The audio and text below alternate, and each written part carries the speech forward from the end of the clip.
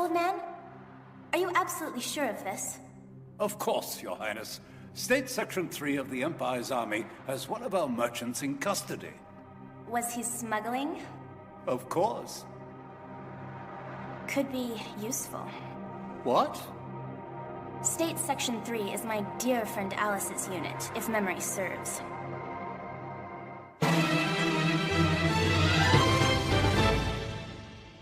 Did you just say Princess Cetium is coming here? Yeah, her train's pulling in early this afternoon. We're expecting a princess, Lieutenant? I'm afraid so. Cetium is one of 7 brothers and sisters in line for the throne of the Kingdom of Rhodelia. A neighboring country's princess? It sure sounds like fun. A secret holiday! Holiday? I really doubt she's coming here for a good time. It sounds like you've met the princess before, Lieutenant. I got acquainted with her when my great-grandfather took us to Rhodelia. So why is she coming, Captain? Remember our smuggler friend with the hot corruption tip? Well, he happens to be Rhodelian. Cetium probably knew about it too, and she'll use it as a bargaining chip to get something from the brass. Then again, I wouldn't expect a Rhodelian to handle their politics any other way.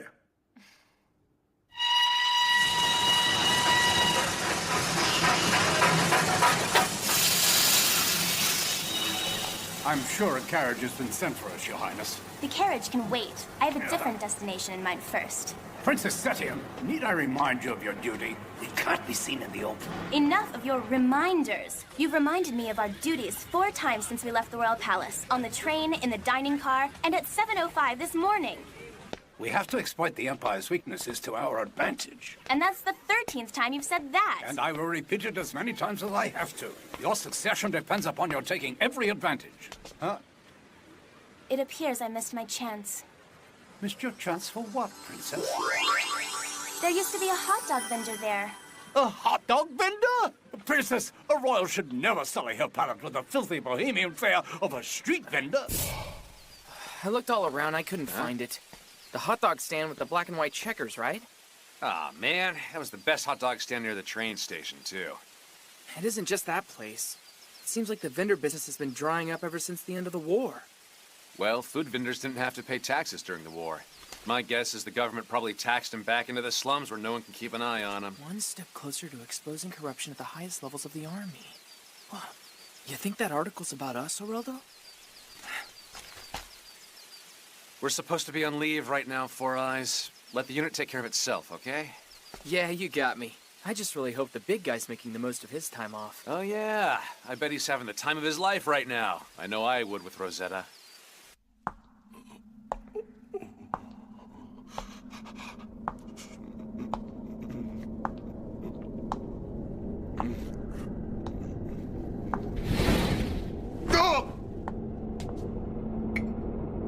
We're going to get that urine sample this time. Are you kidding? Hey! Sorry I'm late. Here she is now, the lovely Rose. It's Rosanna. Right, I meant Rosanna. Isn't she cute? I met her while you were hot on the trail of the missing Frankfurters.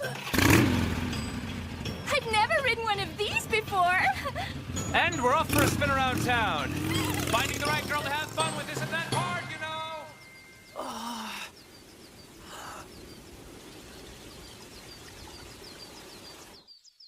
I can't believe that guy. Finding the right girl to have fun with isn't that hard, you know. Yeah, right. Water rationing? Sometimes I keep forgetting how good the army has it. How civilians put up with conditions like this is beyond me. Oh, right. Forgot about that. I'm not supposed to be thinking about work, am I? Of course, it had to be a commoner's toilet, didn't it? Ah! Don't stop on my account. The plumbing here looks inadequate to me anyway. You have good fashion sense for a commoner. My compliments. Who the heck are you, anyway? Who am I, you ask? Normally I wouldn't reveal my name to a commoner like you, but I'm amused, so... My name is Cetium, and I am the princess who will stand apart from my brothers and sisters as the Empress of Rhodelia. Oh, lucky for me they didn't stop running water in the sink. Hey! Did you hear me? So you're a princess. Well, my name's Martis. Well then, so what brings you to the men's room, Princess Cetium? Not that it's any of your business, but I'm on the run. Huh? My major domo is a complete nuisance. He says the same thing over and over again. And I am perfectly capable of remembering the first time, thank you. So I snuck off, lost him, and ta-da! I suppose I should take her to the police or something. Hey, wait a minute. That major domo of yours is probably worried sick about you right now. Let the old buzzard worry. Serves him right for letting me out of his sight. Sounds to me like both of us are hungry. Probably wouldn't be a good idea to take a princess like you to a hot dog stand, though. Did you just say hot dogs? What about the stand with the checkered roof? You've actually been to that hot dog stand? Oh, how could I possibly forget? The last time I was here, the aroma was amazing. There was just something about that bourgeois pleasure of eating on the street that made me have to have it. You know, I used to go to that hot dog stand myself, but they've either moved or just shut down. Well, that's a shame. Yeah, and there's no way to find out where they went either. That cadence. Martis! Martis, you're a soldier, aren't you? Yeah, sure. Well, that should make it easy then. Hey, wait!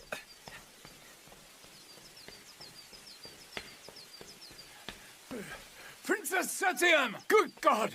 The royal family is going to have my head on a platter for this! I'm terribly sorry, but we can't open up the registry books to just anyone who walks in here. Of course, you're right. And you're going to give up on it just like that? Well, Listen, you, I really wouldn't want to cross this man if I were you. I understand that Imperial Army officers get what they ask for the first time. Oh, it's you, Sub-Lieutenant Martis. thank you for the other day, sir. What seems to be the problem here? Well, she... Oh, well, I think we can help him this time around. After all, it wouldn't be the first time the tax office has cooperated with the Army to root out a tax evader, now would it? Looks like the stand guy got his business license revoked for tax evasion. That's what I call harsh. An intelligence officer like you is supposed to have good connections. Why didn't you just tell them who you were? It wasn't appropriate, for one thing. Using your power to exploit an opponent's weakness is not inappropriate. Otherwise, you're the one who looks weak. Exploitation? Why is a kid like you talking about a subject like that? Have you ever seen Rodelia's national flag? Sure. It has a bunch of grapes on it, right? And every one of those grapes represents a child. Sire an entire court of royal children and pit them against one another. That's how we do it in Rodelia, Mr. Martis. Hoping to ascend the throne through our cunning and mastery of the political arts. Even assassinations are accepted in our family. Chateau de raison de Crépescu. My brothers and sisters are like grapes, together and separate at the same time by sharing the same vine. We spend all that time apart developing strategies to overcome the others. The only time we leave our little towers to come together is at supper, along with our food tasters who protect us from poisoning. Exploit your enemy, or you will be exploited. The laws of heaven and earth demand no less from us, right?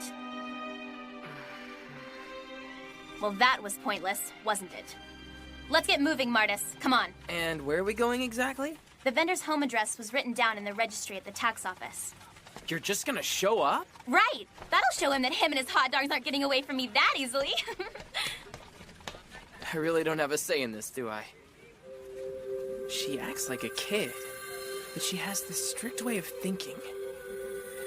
Oh yeah, kinda like Lieutenant Melvin. In other words, you want us to search for your princess. Both of our skins are on the line here, Captain. If anything were to happen to the princess, it would be an international incident. Sounds like you're trying to cover your own... What? It's nothing. Lieutenant, would you please assist this gentleman? Yes, understood, sir. Okay. That sure took longer than I expected. No kidding. And it cost us an arm and a leg to take the carriage. This place sure is depressing. That's because we're right next to District 0. So what's District 0? Well, District 0 isn't exactly what you'd call a safe area. So you're saying it's a slum? We should be fine, as long as we don't go in too far. Hey, are you smelling what I'm smelling? We found it! And there you go. It does my heart good to know that you came all the way out here.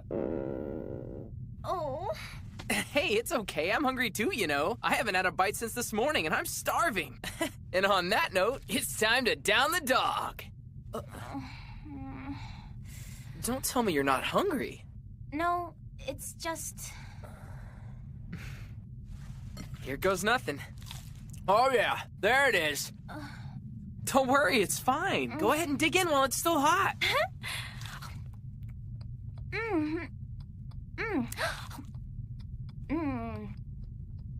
It's a crude taste, but elegant at the same time. Yeah, now we're gonna have to walk back. By the way, Mr. Schnitzel, how about you give us this meal on the house? That's some sense of humor, Liebchen. The joke was getting your vendor's permit taken away from you. Or maybe you've made enough money to pay your taxes? I bet you didn't know my friend Mr. Martis here is part of Army intelligence. Now, he can either collect those taxes from you or arrest you for running an unlicensed vendor cart. Huh? Section 3 doesn't exploit folks like that. What are you talking about? I was doing it for you. We just spent all day looking for this guy, and now you're going to take advantage of him? Do you think I enjoy being like this? I won't survive if I show anyone any weakness at all. I've had my food poisoned before, on the day I turned 5 years old. My brothers and sisters, I couldn't even trust them. My food taster died for me that day, Martis.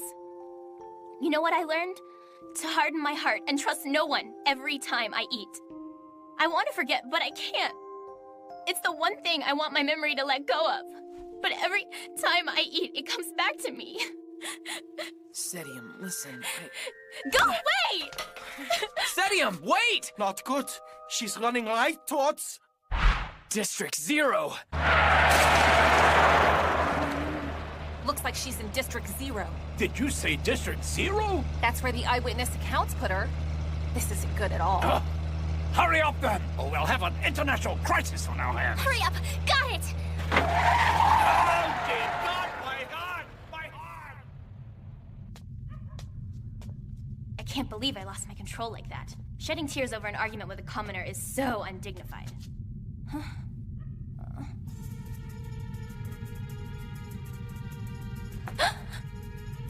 Wow, look at the clothes and hair on this little girl, will ya? She ought to get us a year's worth of hot meals. Damn it! Enough! I'm a Rodelian princess! Keep your hands off of me! Thanks for letting us know. Well, we ought to be able to get a lot more for you then. These scum are so low they don't even fear royalty. I didn't want to, but now I'll have to. My traveling companion is in the army. Even a pair of lowlifes like you should be afraid of that.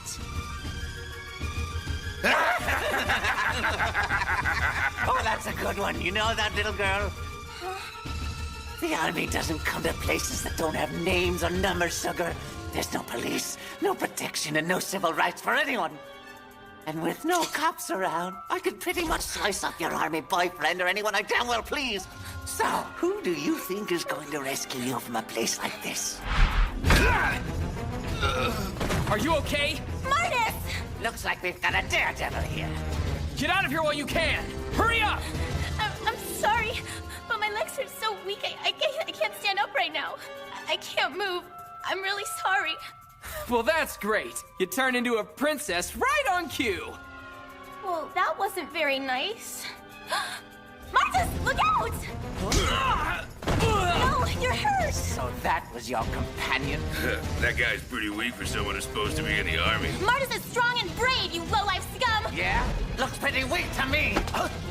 It's not over yet, dirtbag! You bastard! Come on, let's get out of here. Princess! You mean she really is a princess? Yep, she sure was. And it would have been a pretty big diplomatic incident if you screwed it up.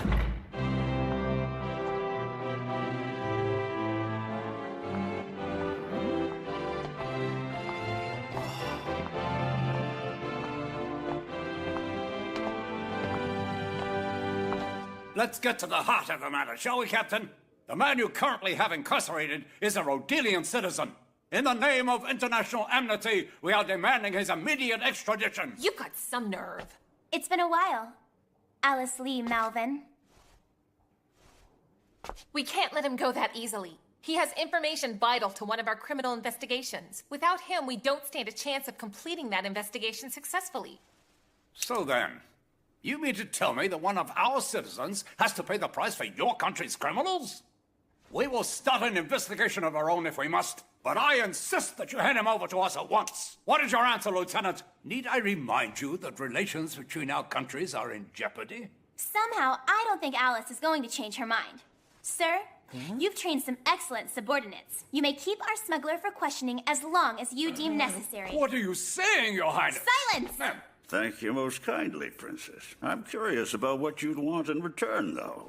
Well, I suppose the proper remuneration would consist of... This!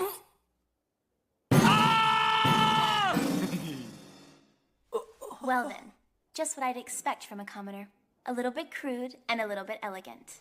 On the off chance my travels bring me back to the Empire's capital, Sub-Lieutenant Martis is to be my escort regardless of his duties. Exchanging one political prisoner for another is what I call one hell of a hard bargain. Mm-hmm. We're going now. Huh? Princess! Old man, how long are you going to keep sulking? Come over here. You've gone soft on me, child. Completely and utterly soft.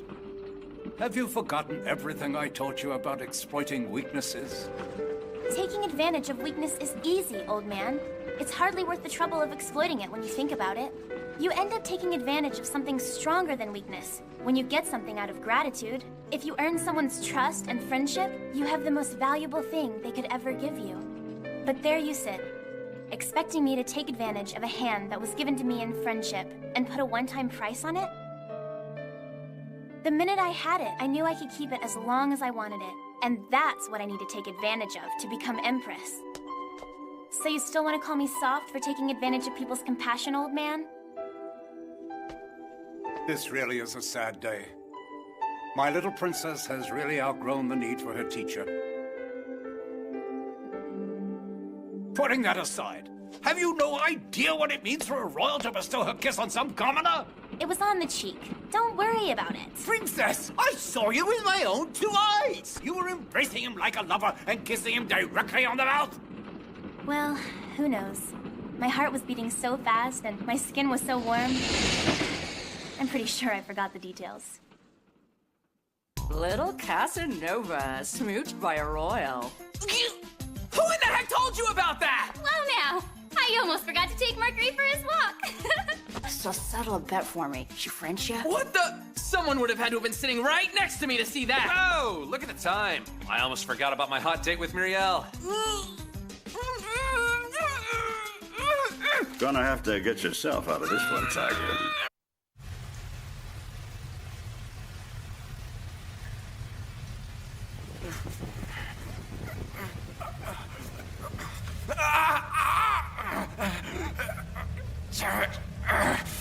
Damn it!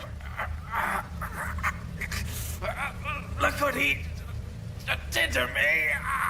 Hang on, don't touch it. You're gonna get it infected. I just wish I had a clean set of bandages to dress those wounds with.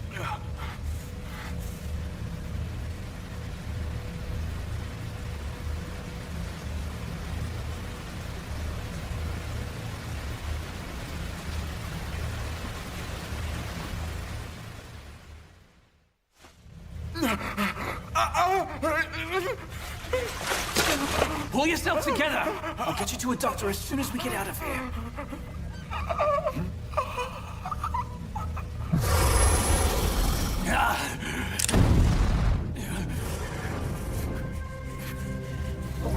Tank-faced son of a bitch! Guys from Section 1 don't get to retire and die in M8. At least they were honest and told me that when I signed up. I knew I would probably end up dying an ugly death instead of telling war stories. God damn it!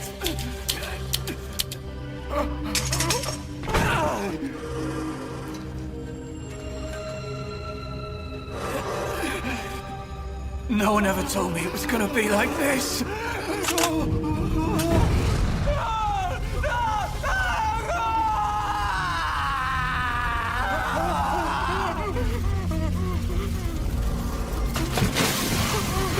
I'm cold.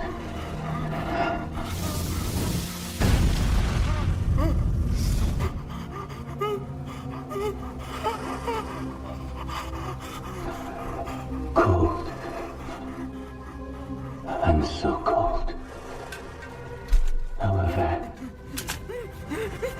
when I burn something for a little while, and a little bit,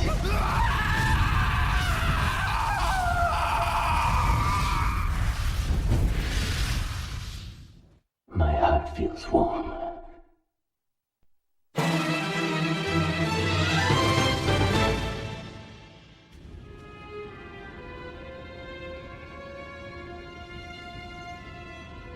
We have refugees in the aqueduct system. Right. There has to be a job for me in the capital city. It's got to be big enough for me to make it somewhere. That's what they were thinking anyway. The war drove them away from their homes, and they had a dream of starting over here. However, that dream just didn't live up to the reality of the situation. What you're looking at is the reality. No jobs, no homes to move into, and nowhere to go, except here, of course. There sure are a whole lot of people. It's like there's another city down here. Actually, you might be right there. It's not that far-fetched when you take a look at this map. The Mion Water Company laid out an aquifer system that runs under the entire city. When you look at it this way, there's probably enough waterway to support as many refugees as there are people in town. You can't be serious. Please, leave me alone. How many times do I have to tell you? I don't have any money. Damn dirty squatters. Listen up real good, honey. Our employer, the Mion Company, owns the waterway, and it's here to make us a lot of money, not wash your dirty backs. Got it? You think you and the rest of these sewer rats can waltz in and use it for free? Not without paying us a little protection money on the side. But I can't. Well, that's a shame. But I'm betting you have another form of collateral you can pay me with. I could have sworn you were just a kid the last time I saw you, but I see these are grown up really nice.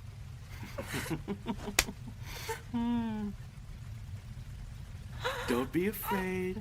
Let's see what we've got here. What? A guy from the army? Totally my bad. I'm guessing you wanted first crack at those sweater kittens, right? Well, now I'm not sure that I want to now that I'm all embarrassed. Wait just a... Who the hell are you anyway? Oh, well, what's your name, honey? You're pretty cute, you know that. Have you been in town long, sweetness? You think you can muscle in on my action and get away with it? Attention! We are Army Intelligence, State Section 3. The following order has been issued by the Empire. The Pumpkin Scissors have been instructed to lead you out of the city's aquifers. Pumpkin what? I thought we already had a deal with the Army brass. Now hang on a second there, Army girl. If you force us out of here, we ain't gonna have nowhere else to go. I understand your concerns, but this isn't an eviction. Follow us. We'll take you to a newly authorized state-run farm. You'll have a chance to get on your feet by working there. Hey, you know, she could be right. We should go with her, Bert. Guess those Army guys ain't half bad after all. When all of you are ready to leave, just follow my men.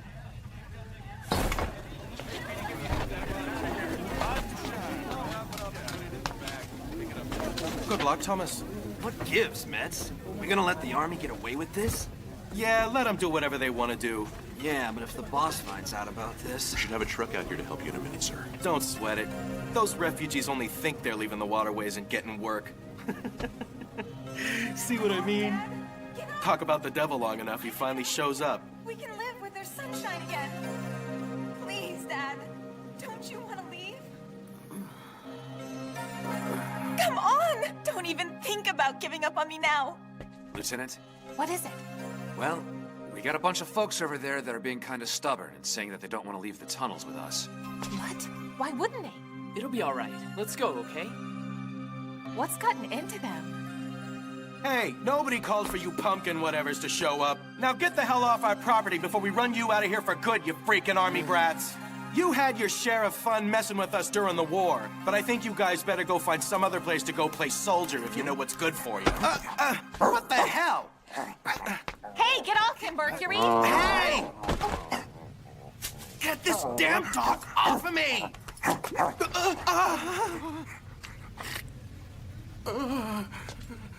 What did you have to go and waste it like that for? Dad, it's gonna be okay.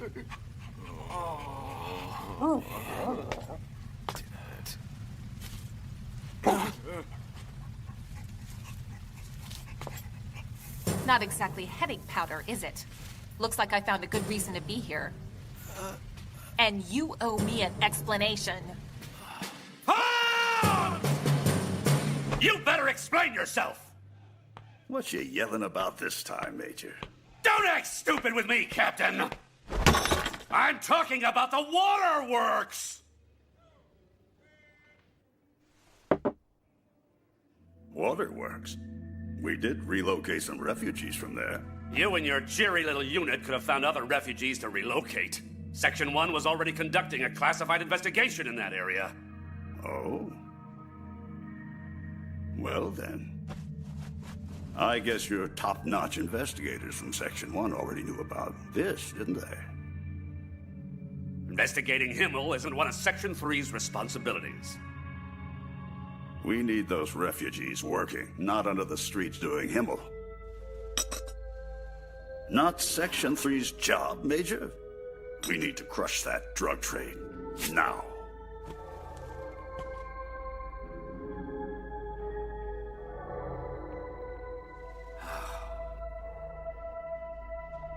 So what did you do with the waterworks man your people brought in? He's being interrogated, Major.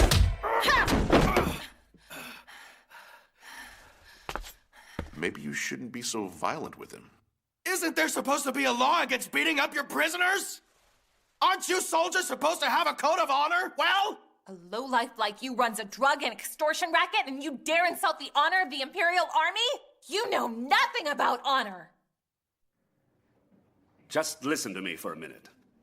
Ever since the war ended, the Mion Waterworks Company has been an important financial sponsor of the Army, Captain.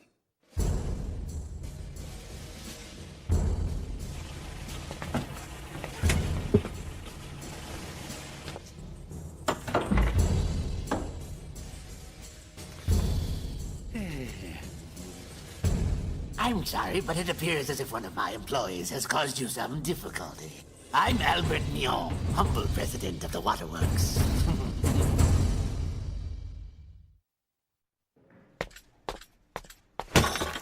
Why was he released, Captain? The man's boss came down here and posted his bail. He's still entitled to due process, so we had to let him go. But sir, that bail money, it's stained with the blood of the people he victimized. Excuse me. So you can just march in there? Looks like I need to remind you that we can't go around arresting civilians for violation of city ordinances. Unless you caught them in the act. Huh?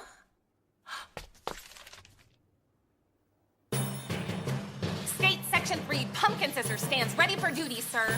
And as part of that duty, we really should be getting back to our mission. Let's move those expatriate refugees to the state-run farm. Hey, come on. Can't you come down on that price just a bit? Give it a rest, old-timer. I got plenty of other customers, you know. What? Oh, great! About the establishment of the state-run agricultural commune, we will now guide the refugees to their new place of work. Huh? What in the heck's going on? Sub-Lieutenant, this isn't good at all. Someone's buying Himmel over there, from that guy. What? Me? Hey! You're busted, Mets! Seize the suspect and impound the evidence immediately!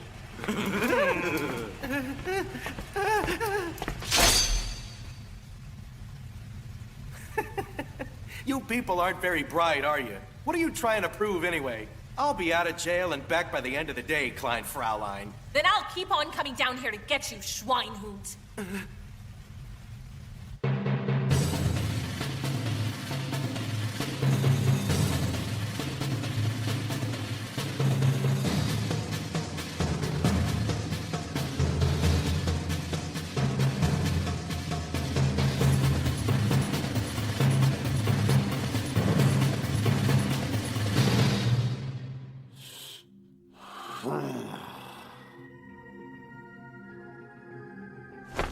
imbeciles!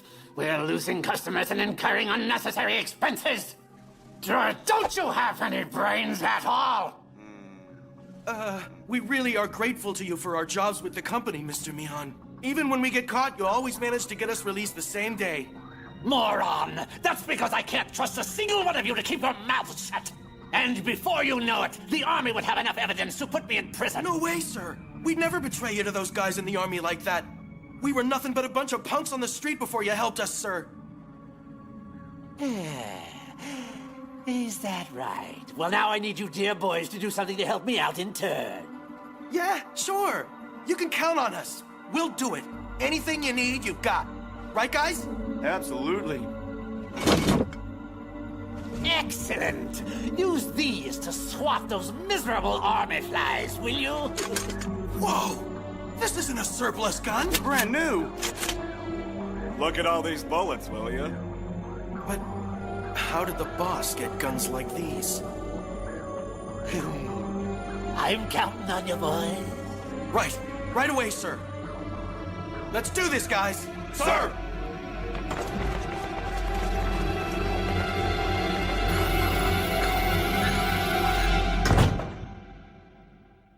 That's the last I'll ever see of those idiots.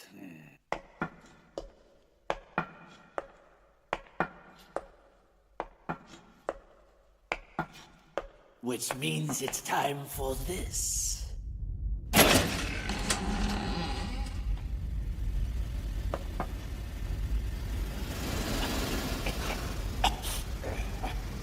Hey there!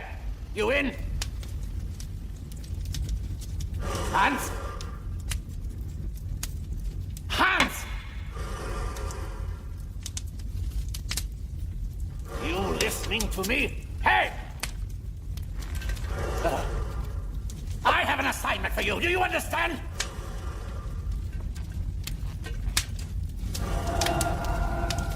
So cold.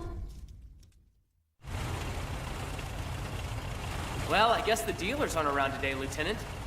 Yeah, it'd be fine by me if those jerks just called it a day permanently, you know what I mean?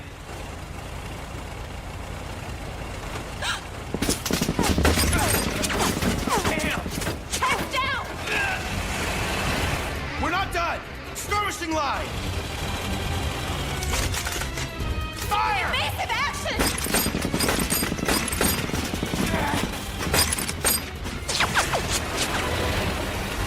Damn it! Come on! Not more of them! Sit down, idiot! What?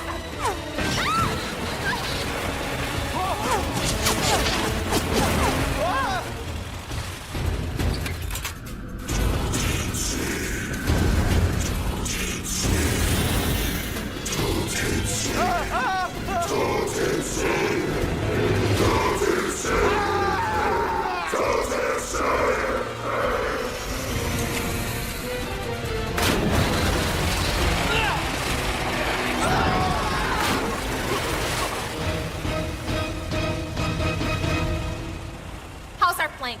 Well, looks like we lost the goon squad. Good work, big guy. You know that big carcass of yours really comes in handy sometimes, right?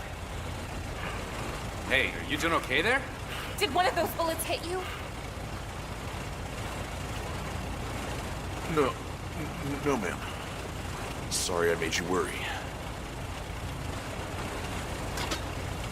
Damn you. I'm in Section 3 now. I just noticed something, Lieutenant. About their guns. Huh? Those rifles look brand new to me, and in the hands of private security guards? That's not good at all. We've seen that somewhere before. We have? Where, Lieutenant? Don't worry about it. Let's just get the heck out of here, okay? Martis, brakes! Right. Yes, ma'am. Lieutenant? What's wrong, ma'am? Lieutenant! I know I felt this sensation before, but where? Lieutenant, are you all right? Yeah. It was you, wasn't it? I felt the same thing the first time I met you. Ma'am! We've got company. Reinforcements. Doesn't look like he's moving, ma'am. What should we do now? Move ahead slowly. We're in no shape to go back.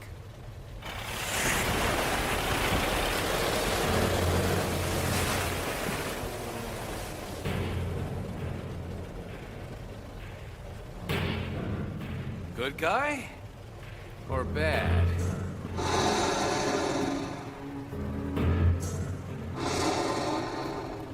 Wonder what's up with the Captain Nemo outfit. Probably to protect him from his own flamethrower. His flamethrower? That's not good. But weren't those taken out of inventory a long time ago? Okay, so why weren't they? I really wish I had the answer, Arildo. When you shoot someone with a rifle, at least the body has a chance of going into shock before the pain hits. A flamethrower makes someone feel searing pain and smell their own burning flesh. That's why I thought the Empire banned them. Apparently not. I'm cold. I'm so cold. What are we going to do? Lieutenant? I'm still cold. So you're going to burn.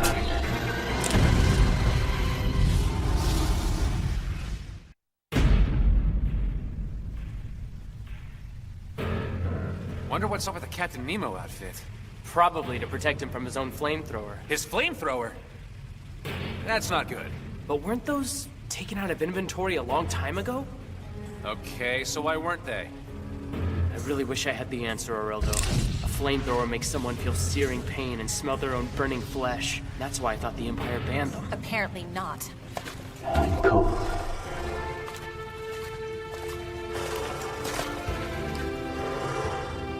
I'm still cold. So you're going to burn.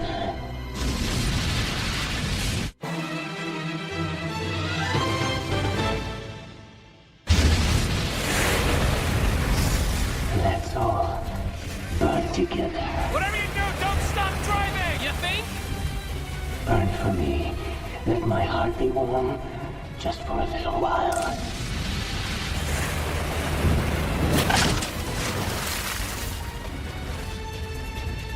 It's getting way too hot here, people! That fuel's waterproof?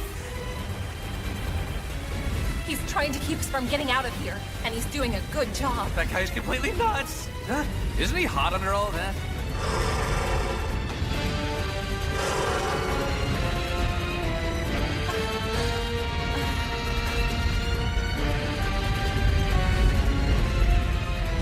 All right, defeat me if you wish to pass, is it? I accept your challenge. He isn't challenging you! Calm down! Let me go, damn it! He wants a fight, well, I'm gonna get him one! I found them! They're over here! Good God, that's one hell of a fire. Hey, that was pretty good, buddy. Of course, if I knew the boss had you up his sleeve, I might have taken the day off or something. What a kidder that guy is. Huh? What the? What the hell does he think he's doing? That's it! Take him down!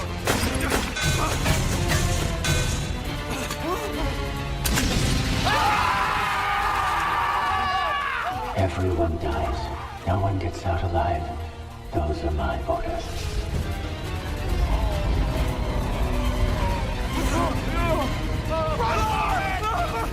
Don't give up on me, man!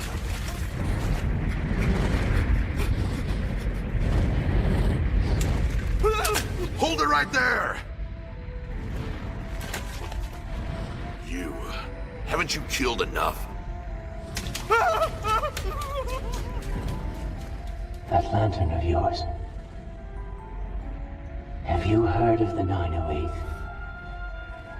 908 was my unit. 901. You are my... Oland! Stop playing around! It's either you or him, so shoot already! You and I are brothers in arms, 901. No, I'm not 901 anymore. What in the world are they talking about? What? The hell's going on? These weren't here just a minute ago.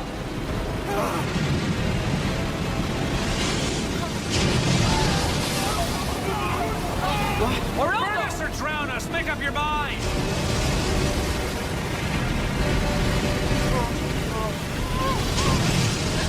It's coming down this tunnel too, Lieutenant! Get away from those spillways! Olin, watch out! Olin! I'm not.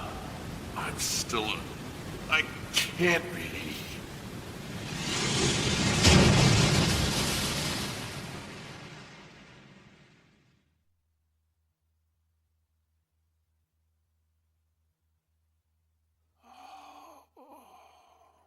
Back among the living, I see.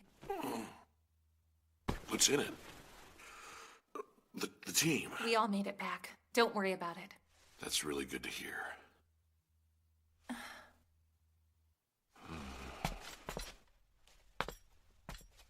So, Oland, what were you and that man with the flamethrower talking about? It was nothing, really. Okay.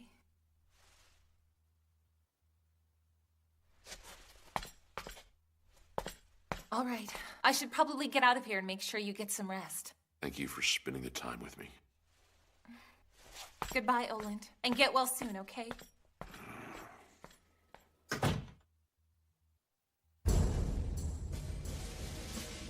So you're saying they tried to kill us, boss?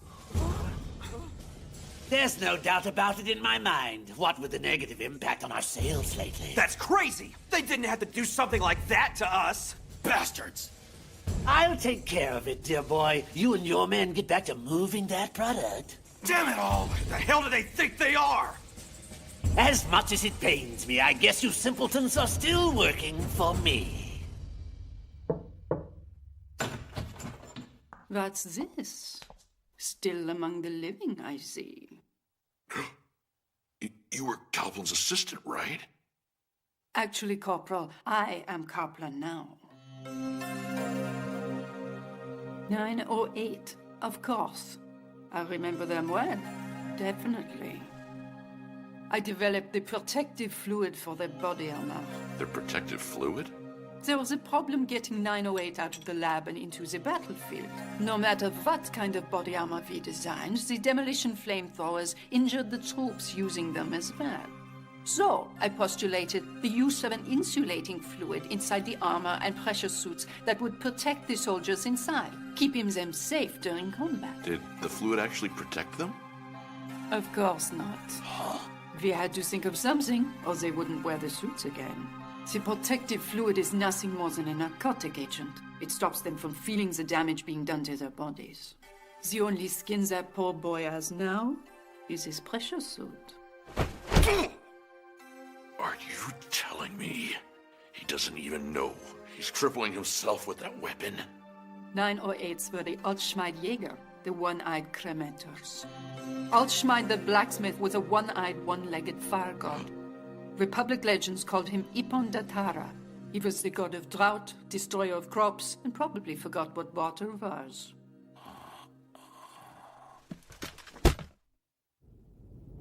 You think they're actually gonna show up, Lieutenant? I wouldn't after yesterday. There they are!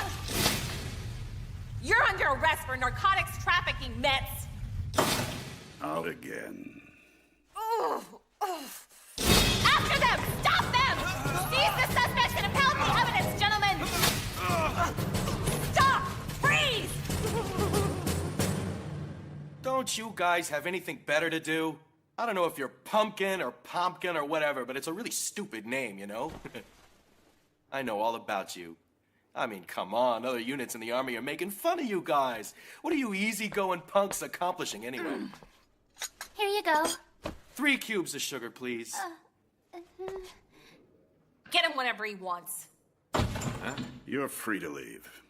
Well, can't say it hasn't been fun. I'm sorry. Looks like that coffee's going to waste, Toots. It's on me next time. See ya.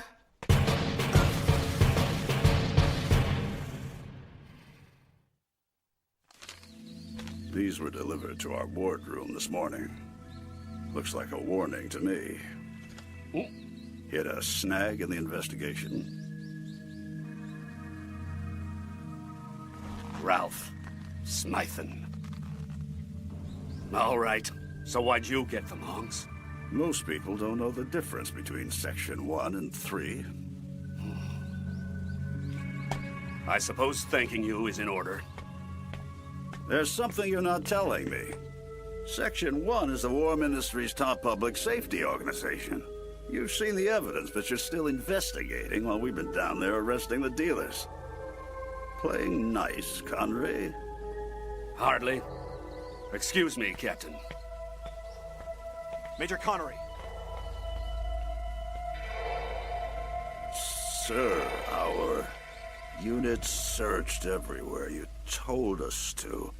However, we still couldn't find the documents, sir. So what documents were you looking for, Connery? It's always a game with you. You're gonna try and revoke his bail? I'd rather give this a try than just keep on arresting him. I'm not sure it's really going to work, though. Good grief. I feel for the LT, you know what I mean? Stop! What is it? Huh? Hey, Marielle! Okay, don't scare me like that. I thought it was you. Hi. You remember me, don't you? I'm the guy who gallantly saved you from those waterworks guys and only asked for your name in return. I am Sub-Lieutenant Oreldo. Oh, yes. I remember you. You tried to touch me and had a creepy look in your eye. Huh? I'm weak, I know it. Listen, it's okay, really. Huh? Well, thank goodness. You cut your hair, didn't you? Oh, you're even cuter than last time, you know? Huh? Well, I'm glad to hear it. I can't believe the man is giving me a compliment. So, the way I had them cut my hair, it really looks okay to you?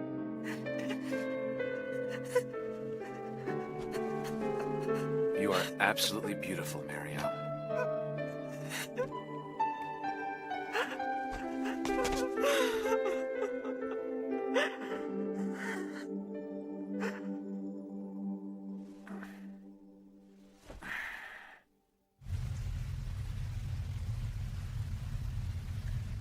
Marielle, I'm sorry.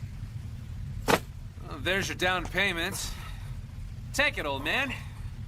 The rest will be a loan, okay? What the hell are you doing? Isn't it obvious? I'm buying your daughter. You need cash to feed your Himmel habit, don't you, old man? I'm no fool, damn it. What kind of father would sell his girl like that? Yeah, right, Pops. She's already selling off her hair for you. Self-sacrifice just gets me all hot and bothered. You're one lucky dad, you know that? Makes me wonder what else she has for sale. What are you doing, Geraldo? Stop it! Stop! That's over the top. Time for the main event, people. You don't mind if we do this here, do you? No! Stop it! Shut up! You're my property now, and I'll get those clothes off. No! Stop it! Stop it, I said!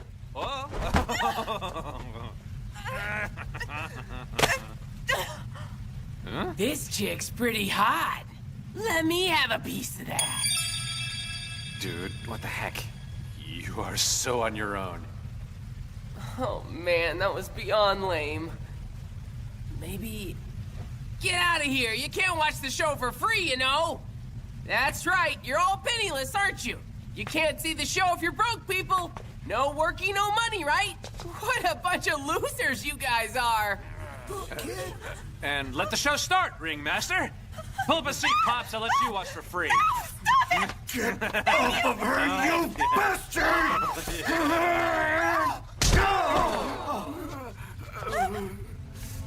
Sure. Now you decide to act like a father. Everyone here knows you'll be begging me for this deal tomorrow. Looks like you'll always be a junky old-timer. Can the hero crap. Shut up! I lost everything during the war. You don't know a damn thing about me. Marielle is the only part of my life that hasn't been taken away. We're not losers, you stuck-up sons of bitches. You got something else smart to say? Yeah! We'll work, damn it! We can start right now if you wanted to! What do you think of that? We're gonna work! I'll do anything for my daughter, even getting out of this dump. I'm not a junkie, you hear? The hell are you grinning at? You better listen to me, boy. I can work anytime. You hear me?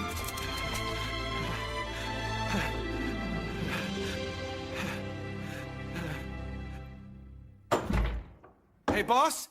Are you here? Hey, Mr. Mian? Huh? Mr. Mian?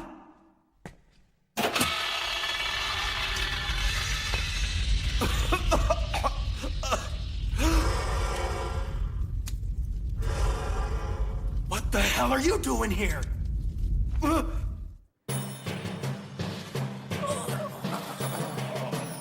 What's all this? Looks like they've been fighting.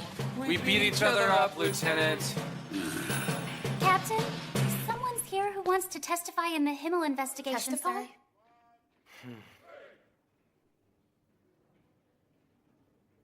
So anyway, once every 2 weeks, the boss clears out the office and threatens to fire anyone who comes back.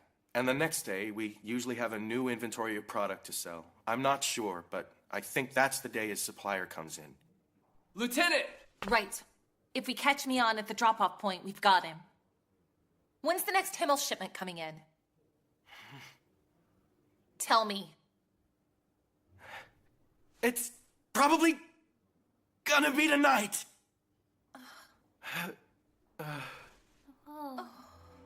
I was just a punk on the street.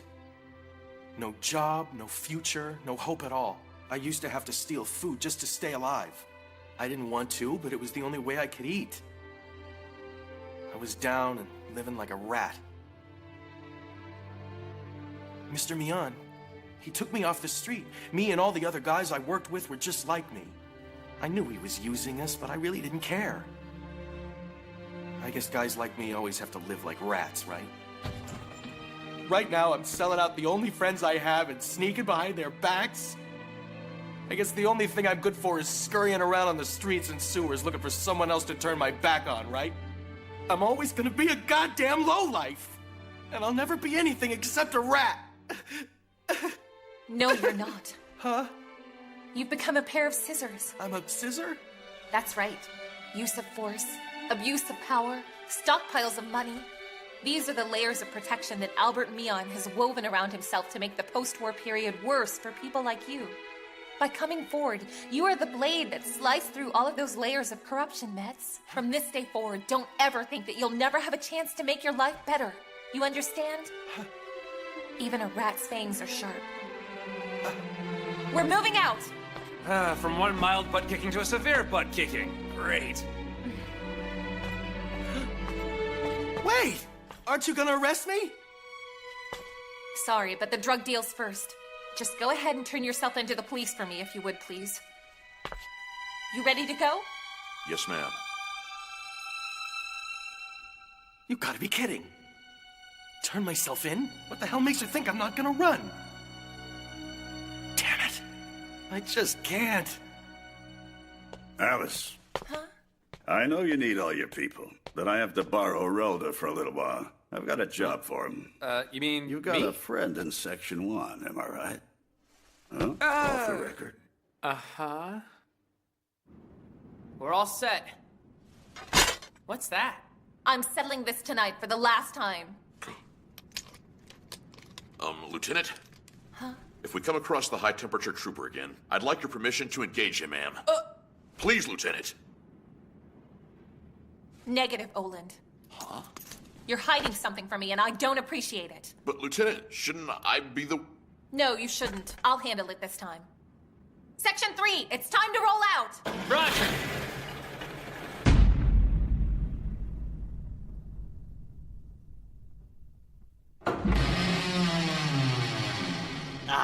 We've been expecting you, emissary. All of us stand in humble and silent service to the Silver Wheel.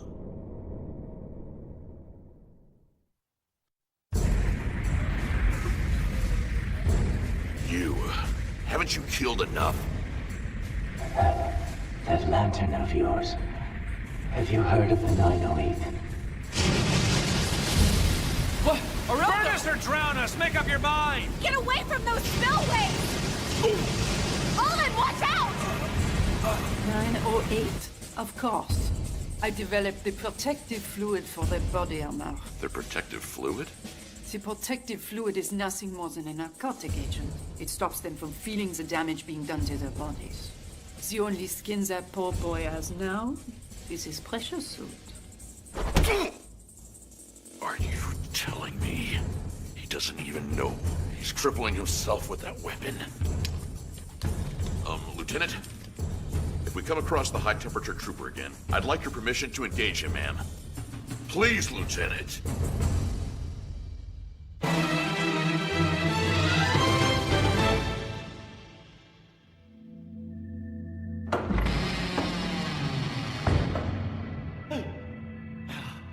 Emissary, you honor us.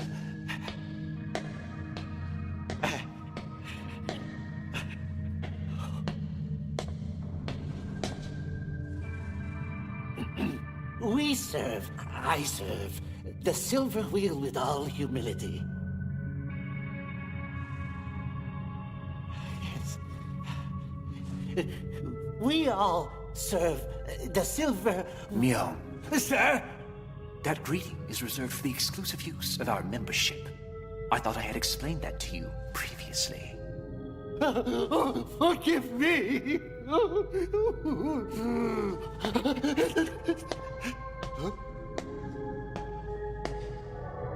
Hans, I trust all is well with you. We are having you perform a rather menial task. You gave me a place to belong. I am grateful. Yeah! You trust all is well? What's your fascination with that walking can of garbage? I'm running the underground Himmel trade for you and keeping those government officials off your back with forged paperwork! Are you fishing for praise, Mio? Oh, I humbly apologize, sir.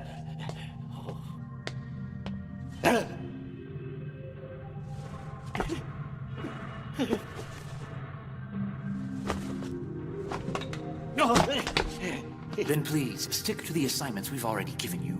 This is your quota for the next fortnight. We will remain happy as long as you continue distributing Himmel per our instructions. But for now, I bid you farewell. Hans, look after Mr. Mion and keep him safe, please.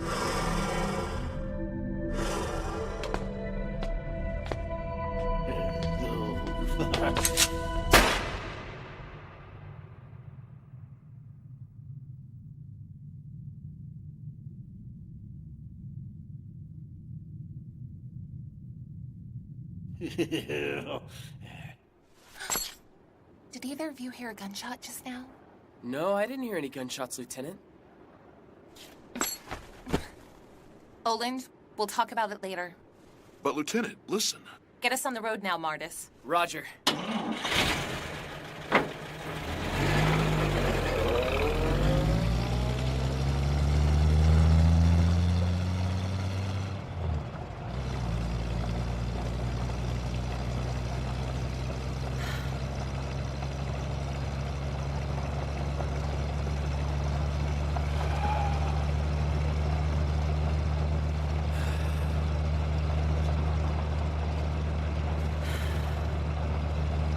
You can fight him, okay? Lieutenant! But can you shoot him? For some reason, I just have this feeling you'll hesitate again. 901. You are mine.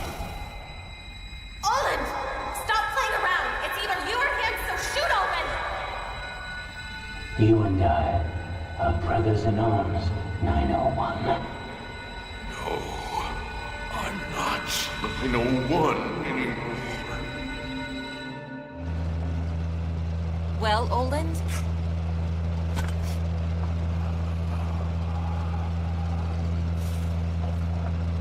Lieutenant. I'll fight him. Trust me.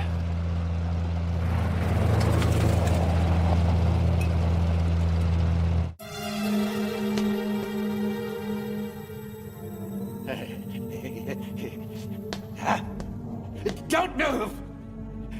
Don't move, I said!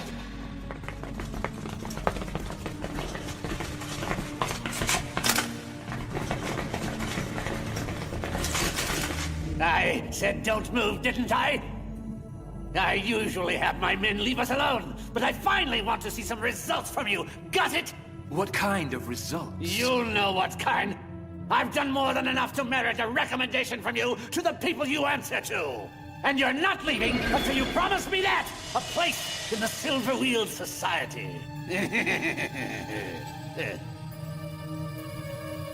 What in the hell are you talking about, boss? Let's just kill him and get it over with. That sorry son of a bitch tried to burn us all to death in the underground. Just who in the hell is this guy anyway, Mr. Mion? And what's the deal with the guy in the mask and the trench coat, huh? Yeah, and they opened the spillways and tried to drown us. That's what you said, right, Mr. Mion? I say we make cat food out of both of them! Wait! Don't be rash! Emissary, I'm waiting for my answer. And they shoot if I'm not satisfied. What's it gonna be? My friend, I truly apologize for making you waste your talents in a place like this. I really do. Huh? What do you mean by that? I'm still waiting for my answer from you. Hey, I'm the one who's giving your orders now, Hans. And you better do just as I say. I want you to use that flamethrower to burn this arrogant bastard down where he stands. Do it right now! Hans, your mission from the Society is still the protection of Mr. Mion and his assets. Understood. I swore I would honor your commands above everyone else's. That's a good boy.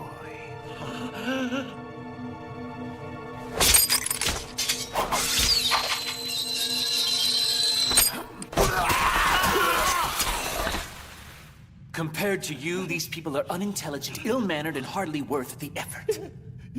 Incompetence is a sin. I'm sorry. You may thank me for culling these incompetents from your ranks later. You wanted results, Mion, and now you have them. Kill him! Shut up! And put that gun down! But, sir! Please, emissary, sir, I beg you to stop. Forgive my insolence. It won't happen again. No. Very well. I shall see you in 2 weeks. You're actually going to forgive me, emissary? I merely wish to silence those with careless tongues. Oh, thank you, emissary. I will perform my duties to the fullest. I will serve faithfully and without question, but please keep everything that happened here a secret. Are you sure about this, Mr. Mion? Aren't we going to waste unless we fight back, sir? Just be grateful we managed to save our skins this time. I should have known better than to go against him like that. I should have known better. I'm sorry. I'm so sorry.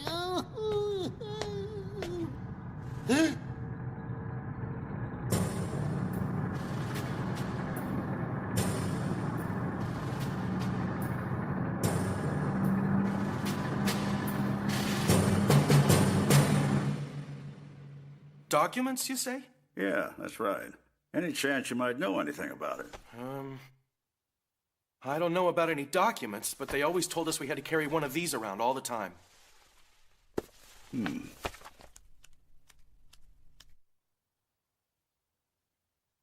But this is... Hey, boss! Something strange is going on. Welcome back, Mr. Areldo. Hey! Is that lipstick on your face? What the heck? You were supposed to be gathering... Section 1 just sent out their first field platoon, sir. And they're battle ready. Well, that'll remind me to never accuse Connery of playing nice again. He just called out the #1 sword of the Empire, Claymore 1. This investigation just became a war.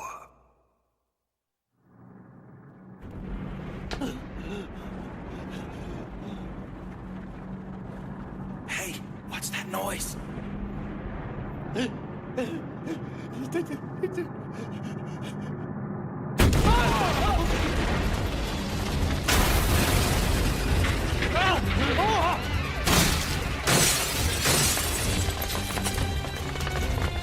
No! They've sent Claymore 1 after us!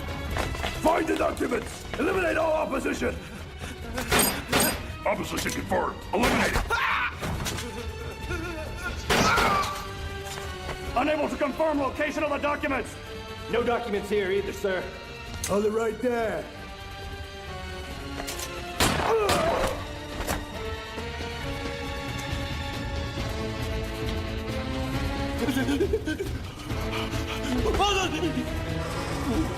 I can't take anything. No.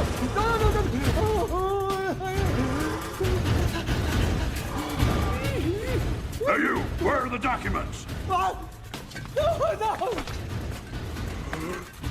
Move it! Opposition confirmed. Eliminate it!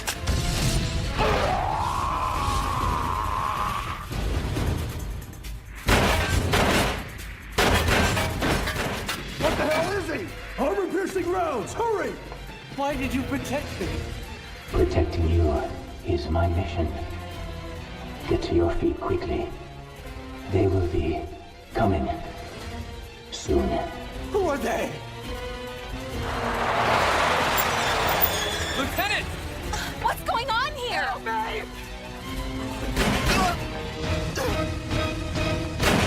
Damn. An elite reconnaissance unit? Against security guards? Who's there?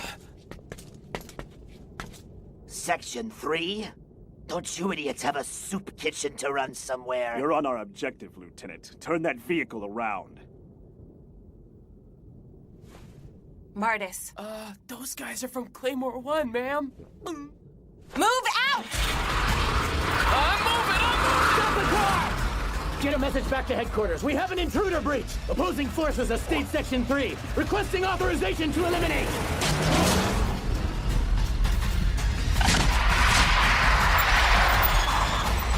Stop this killing now! I demand to see your platoon leader!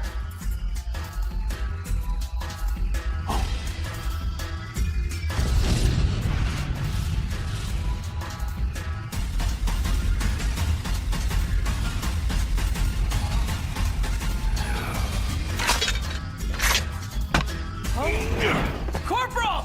Hold your fire! We don't have permission to engage! Go after him, Martis. He said he'd fight if he had to. And Mion should be there, next to whoever he's fighting with. Find him and arrest him. What about you? These gentlemen need a lesson in etiquette.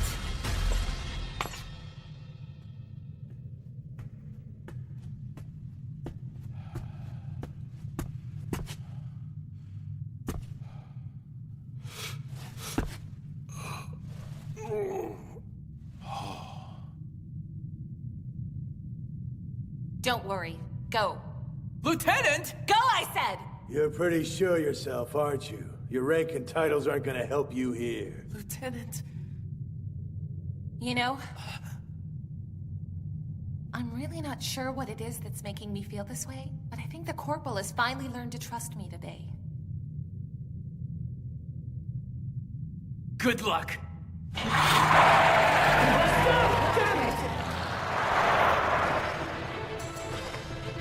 The truth of the matter is, ever since you joined our unit, Corporal, we pumpkin scissors have been up to our necks in battle. So much for peaceful and easygoing.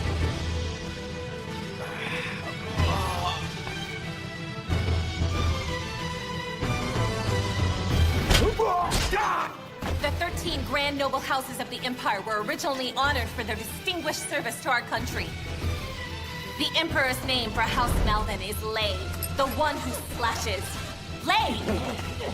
In ancient times, it was also the name given to the knights who ripped open the forward skirmishing lines with their blades. Come and get me, cowards!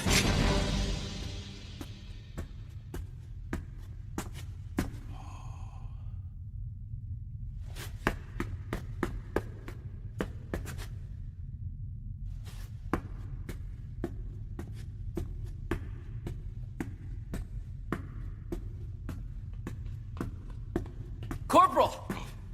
Martis, it's you. Have you seen Mion anywhere? I haven't, sir, but I've double-checked all of the possible escape routes from the mansion to the outside. That only leaves the underground aquifers unchecked. Back down in the tunnels. Let's make this quick. Wait, sir. Afraid I've been careless. I shouldn't have left the Lieutenant all the way back there against all those men, sir. If you really trust her, don't worry about it. Our platoon leader can take care of herself. The Lieutenant's a noble, as well as a soldier, Oland. And that means they can't just shoot her without getting authorization from the brass first. Even that hothead Conry's gotta sit on his hands for at least an hour while the General Staff looks it over. We've got at least an hour to get back up there. She'll probably be exhausted, fighting the Claymores by herself, but as long as she doesn't resist, she'll be fine.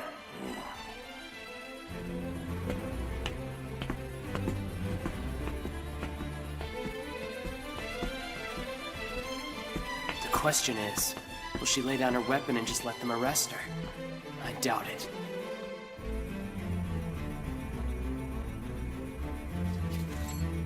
Alice Lane Malvin will swing that sword at any evil that crosses her path, and she isn't going to drop it for anyone. Descendant of the Cavalry Knights of the Empire. She'll keep on fighting till the bitter end, for honor, truth, and justice. Even if it kills her. Boss! More news for Section 1. Are you moonlighting at a kissing booth or something? Will you put a sock in it for a change? The General Staff just came back to work. The General Staff? Connery's been yapping with the G2 Chief of Staff ever since their dog came back from the Mion estate. I guess Alice couldn't leave well enough alone. Bet it means their OIC is looking for permission to eliminate her. Eliminate her, sir? We're in the same army. If Connery sent in Claymore 1, you better believe he'd do that too. But that's just... So what do we do, boss? Me and Connery should have a chat.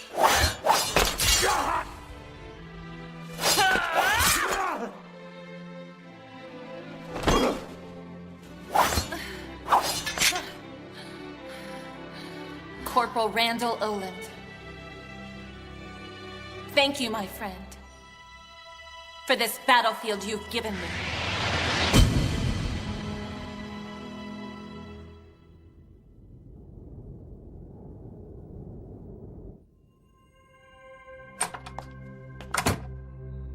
I'm back. Where have you been? It's late, ma'am. Take that to the analysis team. What is it? Samples from a test subject. Blood, skin, hair, nails.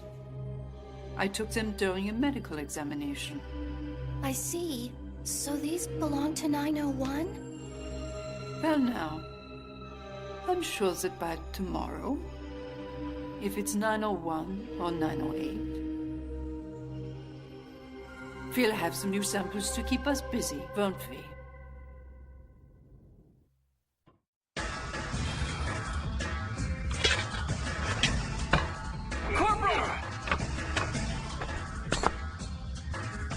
He said he'd fight if he had to.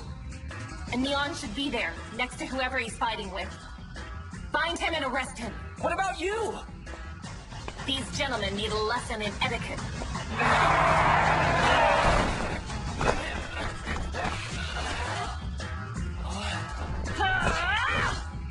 Corporal Randall Oland.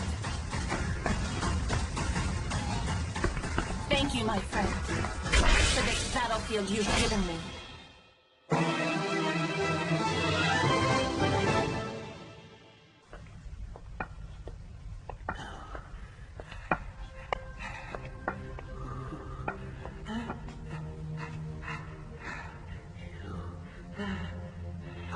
Those army bastards are going to pay for this.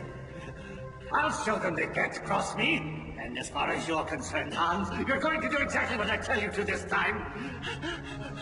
Are you even listening to me, you walking fishbowl? You better answer me right now. Hans? Hans? Hey, Hans! Oh, was that a day or what? Boy! Man, I'm looking forward to getting out of this armor. And now that the war is over, leaving it off for good, right, guys? Looks like someone wants to keep on wearing his armor. Take it off, Helmet Head! Sorry, I'm having trouble getting it off. And not the first time we heard that one, right, guys? You don't mean he's a cherry boy? Yep, his sour button still as limp as sauerkraut. Sauerkraut, cherry boy. Hey, come on out, the air's fine. Slow ass cherry boy.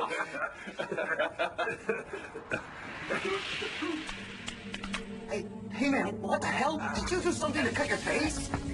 My face! My face!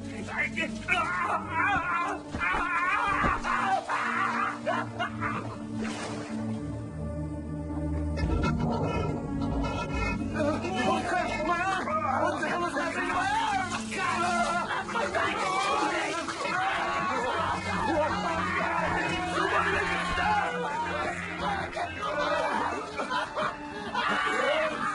Whatever you do, don't take that suit off.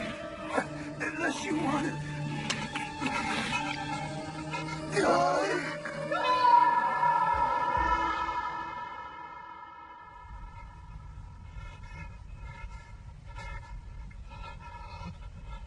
What the hell's wrong with you? I will die. They all died. You know, you really give me the heebie-jeebies. It's time to get up and move that slow ass of yours. That's exactly what my comrades told me. Right before they died.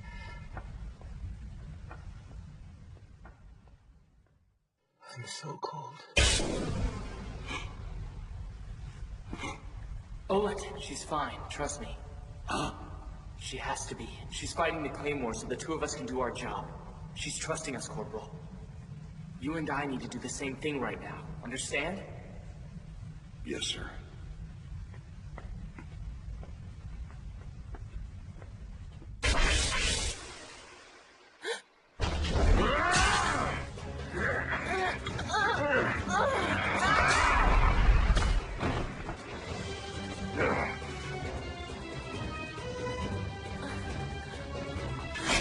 Damn, why is she kicking our butts like this? Because you're not paying attention, soldier. What do you mean, sir? That weapon is a double-bladed cavalry sword known as a mani. It was invented so a cavalry knight could attack from both sides of his mount without sticking his horse's neck. A swordsman or a pikesman with a single blade was vulnerable on his unarmed side. But the mani restored the shock value of the mounted horseman, and its sheer weight could batter opponents without a direct hit from the blade. But isn't a weapon that large? Made for a woman? Hardly.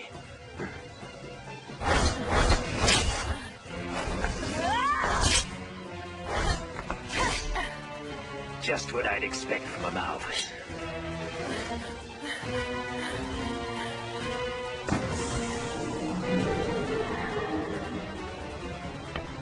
We don't have the termination order yet, idiot!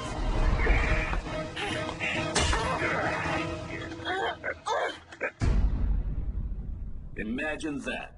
Captain Hunks visiting me for a change. And I'm supposing you want me to stop Claymore 1?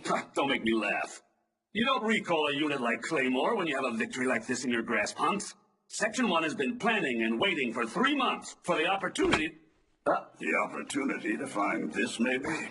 A map of the Aquifers, along with population and where they're located. It's like the Army's topographic department put this together. Turns out it's the city's entire Himmel market.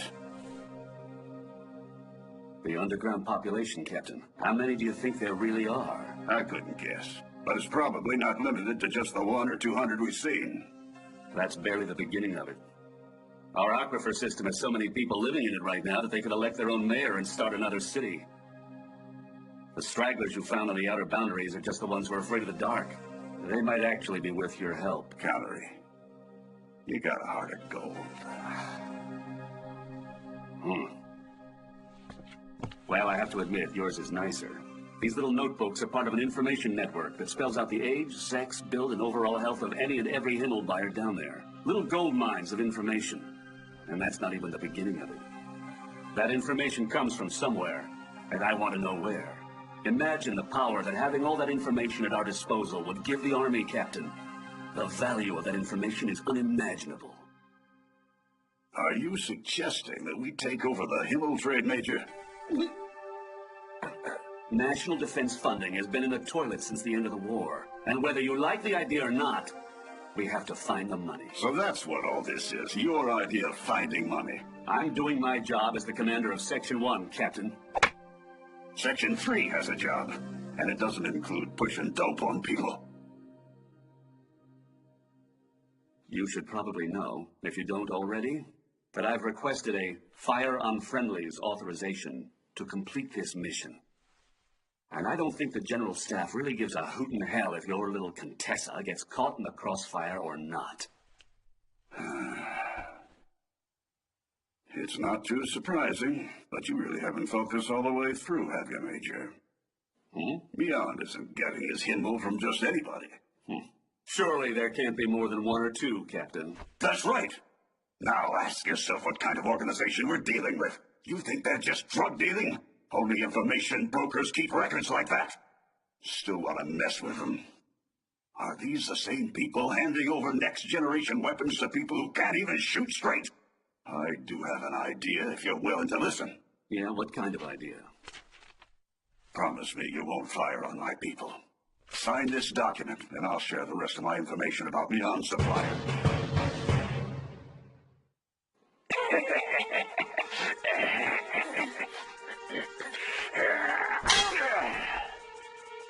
Damn it! Where's that termination order?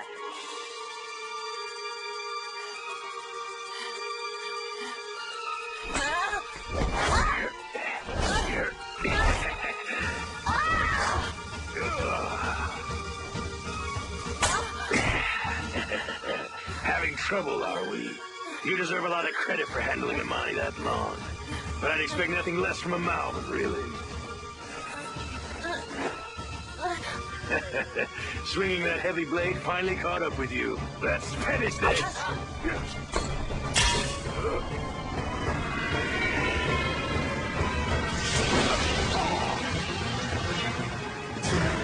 really thought of everything, didn't you?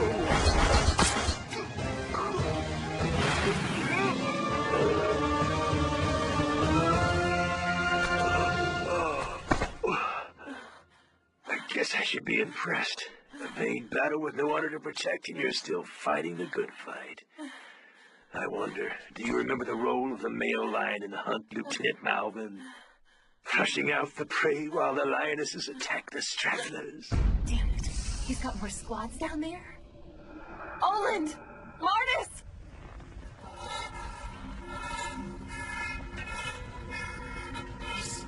What the devil's wrong with you? Spit it out! You and your attacks! I've had enough! We keep on having to stop like this every time you have a flashback. Those army bastards are going to end up killing both of us, you know that? Now get over it and get over it now! Hey, Oland, can you hit them from all the way over there? I can guarantee a kill shot, but I thought we were supposed to arrest Mr. Beyond, sir. I guess we've got to find a way to get closer. Mr. Martis. And that's less deadly? Concussion grenades. A non-lethal design, Lieutenant. Throw it, and it should give me a chance to attack while they're disoriented. I said, get moving, you idiot!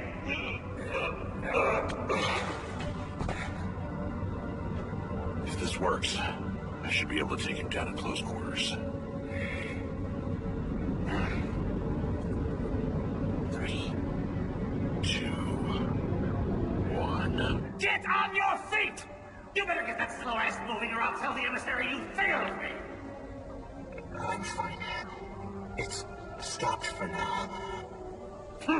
You'd probably made better time if you weren't wearing that heavy suit! I would die, sir. Huh? Removing this pressure suit will kill me. Every trooper's body of the 908 who took their armor off fell apart before they died. I really don't have a choice about it, Mr. Mion. I thought I could after the ceasefire, but for the last 3 years, this suit has let me eat, breathe, and pass my waste. This suit is my life, and this is how my life will always be. That's just how it is. Oland! Please stand down, 908. It doesn't have to be like that. Oh, damn it, they found us! I know someone who can help you out, 908. Her name is Kauplin, and she helps me all the time. She has to be able to help. She just has to. My body lost its heat when I put this armor on. All its warmth. It happened to my heart, too. No more heat. No more warmth. The only thing I didn't lose was the cold. I was warm when my comrades were with me. But they're gone, 901. I miss them, 901. So badly. I want to see them again, 901. When I see the flames, I see my friends. And that's why I burn people, 901. Can you understand? My friends and I were the masters of those flames. When I burn people, the heat returns to my heart. For a little while. Burn with me, 901. Hold it! Get down!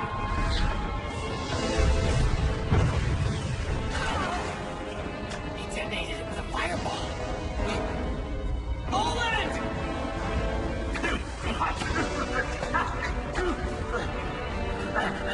What's that light? A ghostly light that draws you to your doom, Mr. Leon. A will-o'-the-wisp. And they are heralded by the blue light of the will-o'-the-wisp. Dispensed Jaeger.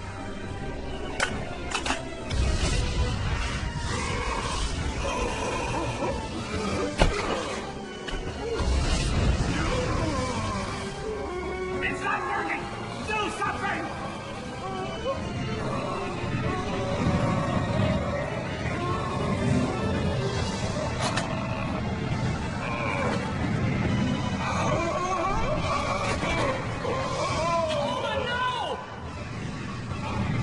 Flames, stop your lungs.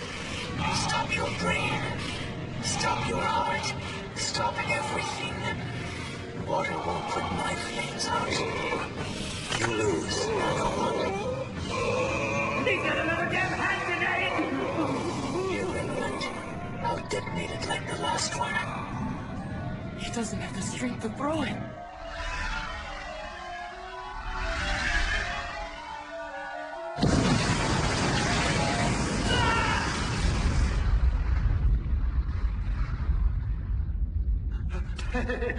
He just blew himself up? What an overgrown meathead! Negative. He's not dead. Huh?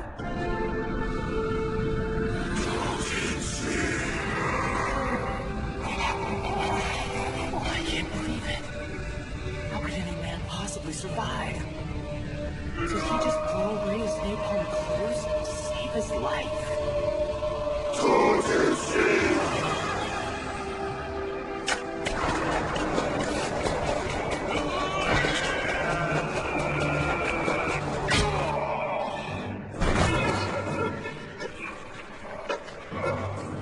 But why? This suit is supposed to protect me.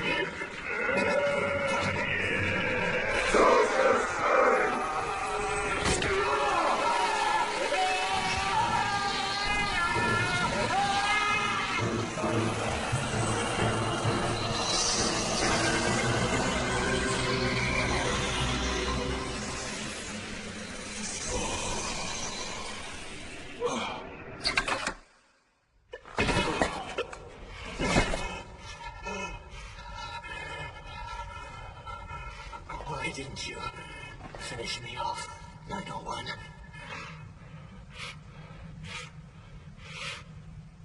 When we first met, I remember you telling me that we were comrades, 908. He's not moving, men. Aim carefully. Comrades? Yeah.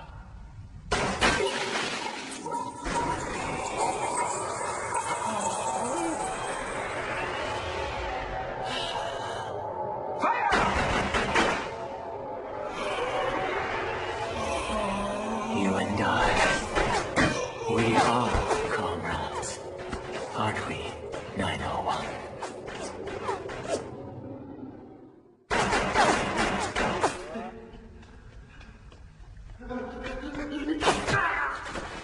Ceasefire! Hey, did Leon get caught in the crossfire? Yeah, don't know who shot him, though. We all serve the Silver Wheel.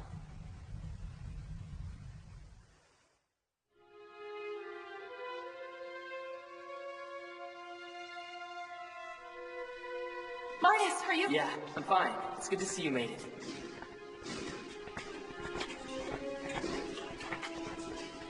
Looks like you've wasted a trip, Lieutenant. We've got this one.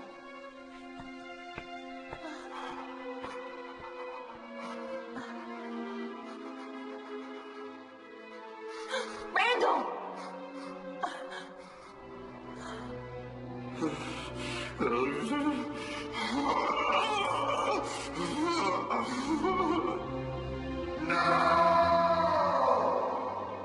I see.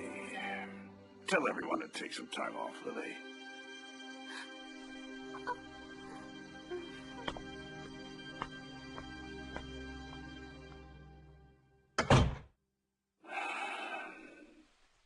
I could have sworn the war ended 3 years ago. So why in the hell are we coming up with more reasons to shoot at each other?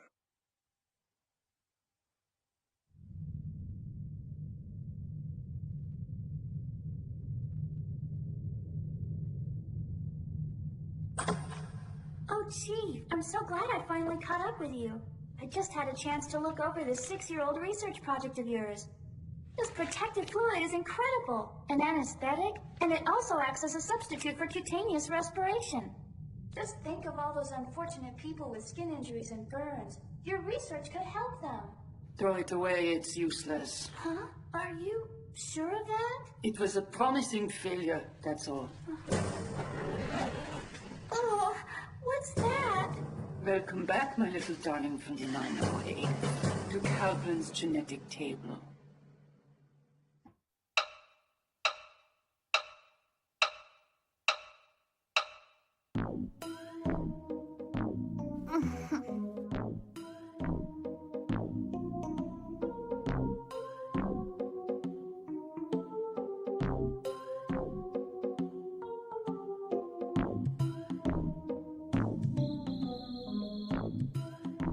Ever since that incident with the Waterworks Company, the morale in this unit has hit an all-time low. And his morale is the worst. The corporal's been absolutely beside himself. Enough is enough! I guess it's up to me to raise their morale.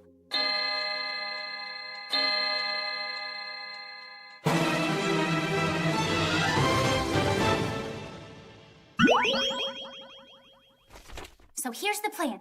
We get everybody in the unit to learn a motivational dance. This might be the one thing to break the morale crisis. Plan A. I'm calling this one the Lunatic Two-Step. I worked all morning to get the timing right, so it should get morale going again in no time. However, Merc, the risk of my being mortally embarrassed by this exercise is too dangerous to mention. And that's why I've sequestered both of us here in this highly secret test site. You got me?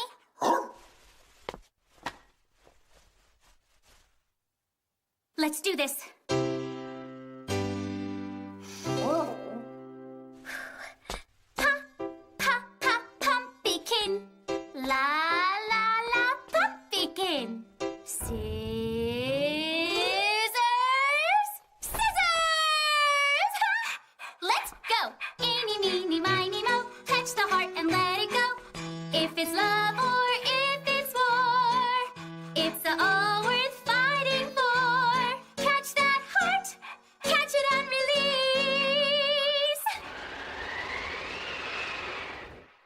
Oh God, Merc.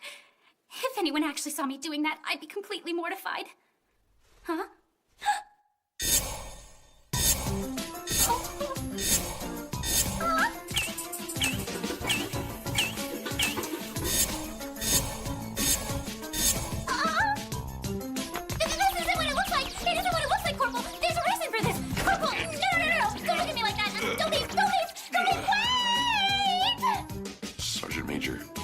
It's okay. Worship whoever you want. All religions should be respected. 13-10 hours. Plan A? Torpedoed. Plan B it is. Operation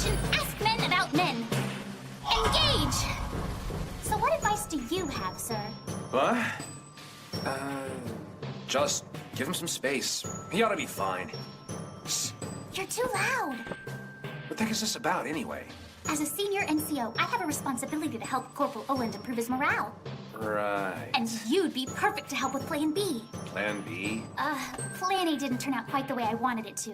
So, what are you asking me for help for, anyway? I'm trying to relax. Exactly. No one understands personal comfort like you do. Slacking off and avoiding work are your finest qualities. That's right. She sure got you there, Sir Slack-a-lot. Right! And what we need right now is some good old-fashioned slack-a-lashing! Hey, big guy. Follow me, will ya? Huh? Yes, sir. Where to? This little place I know. Okay. I knew you'd know the right thing to do, Sub-Lieutenant. It's just perfect, right? Now you two just go out and have a dandy time.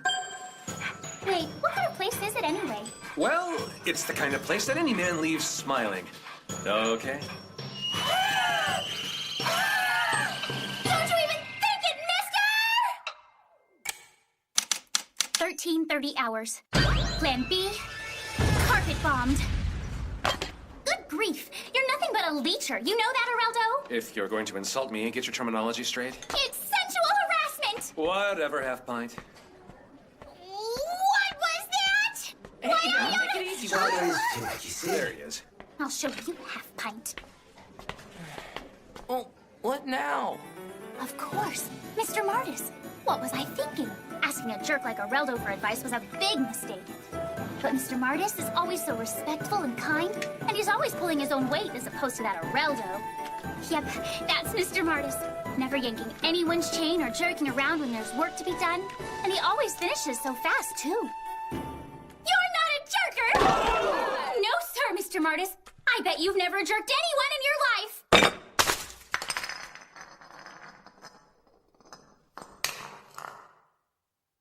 Huh?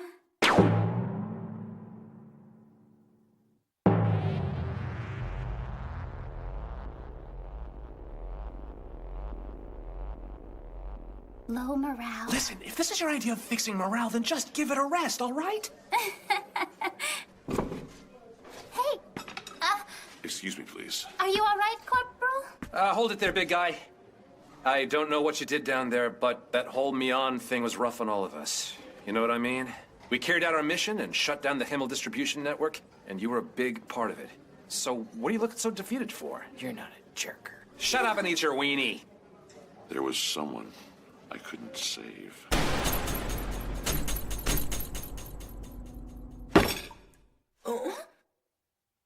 Okay, fine. How many do we have to save? How many, Command Corporal Major? That was mean, Areldo. Well, well, well. Carrying on like a bunch of kids in the mess hall. Had to be Section 3, right? Oh, hi, Ron. What, is Section 1 slumming today? Easy, Randall. There's Section 1, but not Claymore 1. Ah, if that's your idea of an insult, it's not working. It's true, I'm not in Claymore 1. Behold the curved swords of intelligence! The mighty double Shotel platoon! We get past the enemy's defenses using superior intellect and cunning. Our strike is like that of the curved Shotel. The sting of a hornet, if you will. And nobody does it better. You know this guy? He was a jackass at the academy, too. Anyway, what in the world were all of you just carrying on about? The peaceful and easygoing Section 3 shouldn't be having internal problems when Section 1's defending the Army's prestige on a daily basis, you know. What is it you do again? War relief? I bet you've saved a whole 5 or 10 latrines, haven't you? Mr. Areldo? It's getting stuffy over here. Where are you going, Areldo? Aw, the biggest mouth in Section 3 is taking his ball and running away.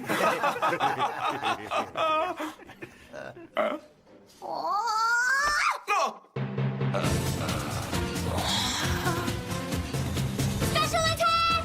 Full pumpkin scissors! What the? You! Shame on you for attacking the weak! Okay, first of all, I'm not weak. And please tell me you didn't just give that attack a name. Oh, boy. What? What's that look for? Sorry about that, sir. I guess I didn't realize just how depressed you were, too. Huh? Is that right, sir? Enough about him already. Hey. Section 3 doesn't take insults lightly, Sub-Lieutenant Big Mouth. I'd be drafting my apology in triplicate if I were you, or risk feeling the pumpkin scissors again. Okay then. I think it's time we taught you a little lesson, you little brat.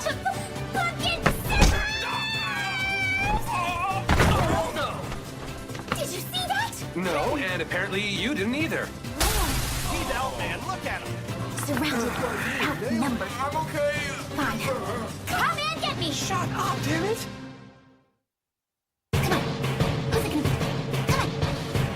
Any ideas? Running's a good idea. Let's go, killer! I'm not getting my face banged up over a matter of principle. Hey! The corporal, sir! Back off, damn it! Twist them all around, try someone who's fresh out of the hospital, assholes! This isn't good. This isn't good at all. Place your bets before the window closes, people. A bet on Section 3 is 16-1. Lieutenant Webner! Hey, Four Eyes. Got some good shines for me? A betting pool, Lieutenant? Isn't that against regulations or something? Ladies gotta make a mark somewhere, kid. Besides, I just had a chat with Connery. Major Disaster had armored cars on his mind. Don't worry. I didn't tell him the big man had anything to do with stopping it. Seemed to me at the time that he was more interested in the guys inside. The operatives. Why is he worried about them now, huh? Don't know. And one other thing. You've got a fight to finish. Yes, ma'am! Hold it, little britches. You're usually here by now. Freeze! Get your hands where I can see them. MPs. You're all under arrest. Stay where you are. Too bad the fight's a draw. House keeps the kitty till next time. Guess I really shouldn't have bet my paycheck on Martis, huh? That's pretty fair compensation if you ask me. You know my chat with Connery wasn't all that friendly, right? That woman from the motor pool, Webner. I thought she'd be easier to crack. Our resident motor officer used to be in classified weapons research. If she can stand up to the enemy's torture, she can stand ours. So, with all that out in the open, was anything she said useful? Meaning, did we learn anything else about the waterworks incident, sir? Yeah. This is just my opinion. But the guns we recovered from Mion's men were fully automatic. Ammunition didn't match either the West's or the Republic's chamber specs. We only managed to confiscate 300 rounds during the engagement, but there wasn't a misfire or a wildcat round in the whole lot. And that can only mean one thing. Someone is mass-producing these weapons. And meanwhile, our boys are stuck shooting back with bolt-action rifles. We might do a few custom copies of our own, sir. But there's no gun builder in the Empire who has the technology to mass-produce them. Right. Mass-producing those guns would be impossible for us. That and that incident with the tank Section 3 ran into. Hate to say it, but Hunks and his people just might be onto something there. I don't suppose you'd let Claymore 1 have those guns, would you? We'd stand a far better chance in close combat against the Republic. Their small arms are incredible. I wouldn't share that with the General Staff, if I were you. So give them to us.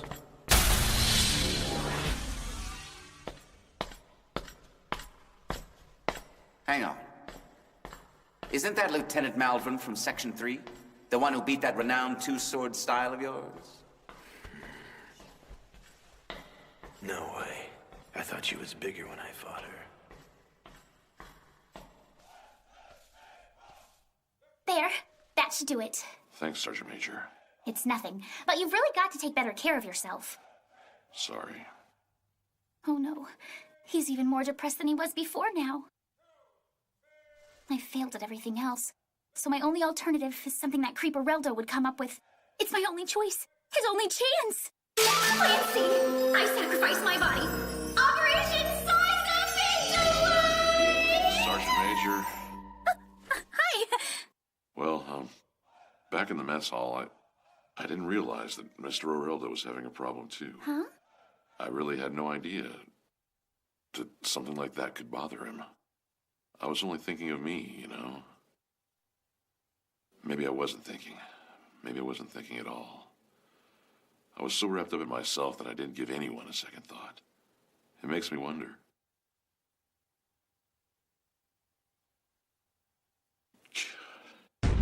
Is that why I couldn't save 908? I failed. All I'm doing now is letting it eat away at me. And now you're all worried about me. I'm so damn selfish. Everyone had a part in it. So why am I only thinking of myself? Happy friends, it's time to cheer yourselves up. Happy friends, it's time to cheer yourselves up. The soup is simmering, the bread is warming too. So let your hearts be happy and gather round the fire.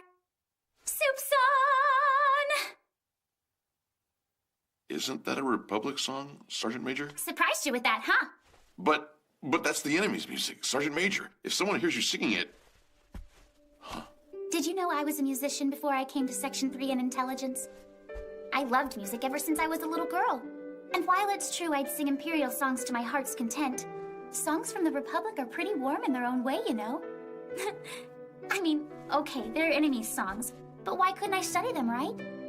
So anyway, I joined the Intelligence Division so I could study any kind of song I wanted to. I worked hard to get in, and the rest is history now. Every one of us had a personal reason for coming to Section 3. Something that sings to us, you know?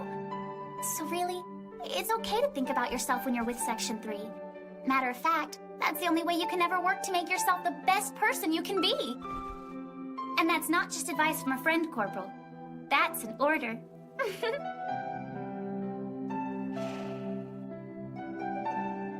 I still don't understand.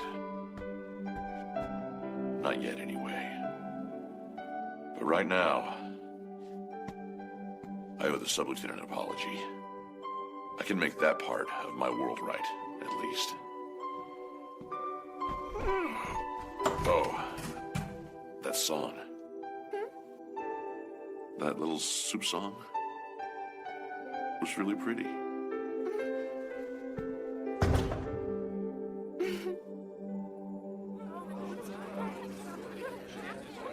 You got anything there? Don't take up too much room in here. You got more over here.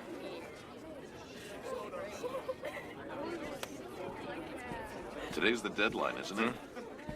The last day for moving the refugees out to the work camp? Yeah, and it's about time since they're running out of room. Sir, about that. Hey, Marielle. Did you come to see us off? I'm so happy to see you. Yeah? You and your dad are leaving today, right? Oh, your face is still hurt where my father hit you the other day. No, I must have picked up this little gem over lunch in the mess hall, right? Right? Huh? Oh, right.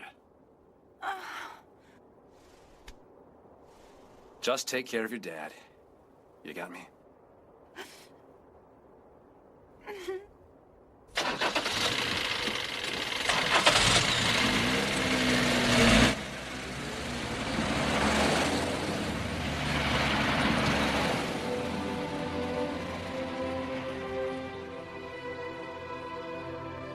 And off she goes. And that just reminded me. I'm sorry for that crap that happened in the mess hall. The whole thing just had me pissed off. The stragglers you found on the outer boundaries are just the ones who are afraid of the dark. Who cares how many people we helped anyway, huh?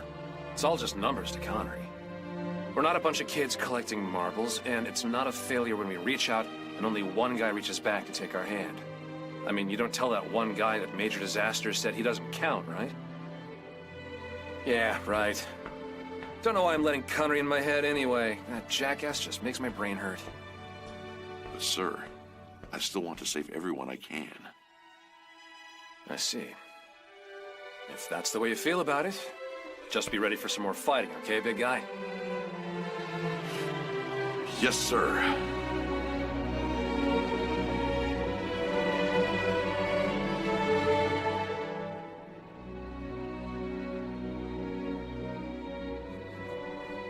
Since then, the Corporal has been cheering up little by little, day by day. Don't mind if I do. Hey! You shouldn't do that! Yes, I suppose I wasn't much help when it was all said and done. But as long as everyone's happy, that's good enough for me. Actually, now that I think about it, Alice is the one who's got me worried now. What's bothering her, I wonder? That's pretty weak, Oreldo. What's the use in having a subordinate if you don't use him once in a while? I'm fine with it, Mr. Martis. What's the matter, Half-Pint? Huh? What's bugging you? Wait! You can't go in there! Why not? Well, they're kind of in an important meeting right now. They're discussing the future of Section 3. That is, Huh? Well, so, it's like, well, And so, I'm getting married.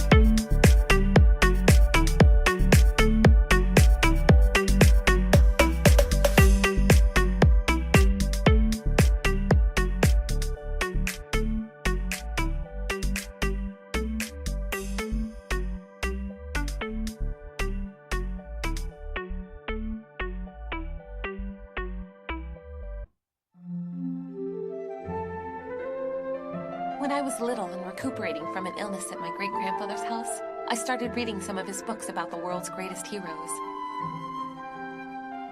Some of them were hard to read at first, but I was still enchanted by their stories. Those stories had such a life to them. I knew that heroes had to exist. They just had to. And then there was the hero I respected the most. Nobody ever wrote anything about him, but his words always meant the most to me. They taught me what heroes are like on the inside. Gentle, sad words.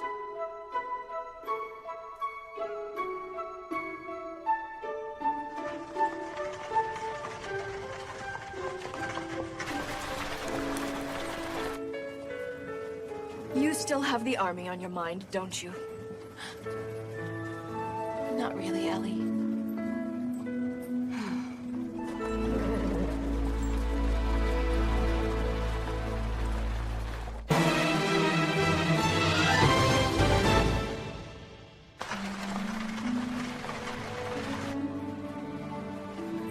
I'm getting married.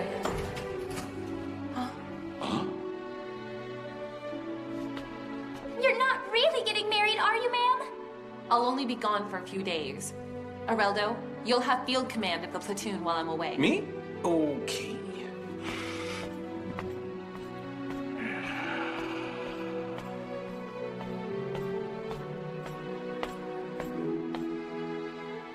Alice.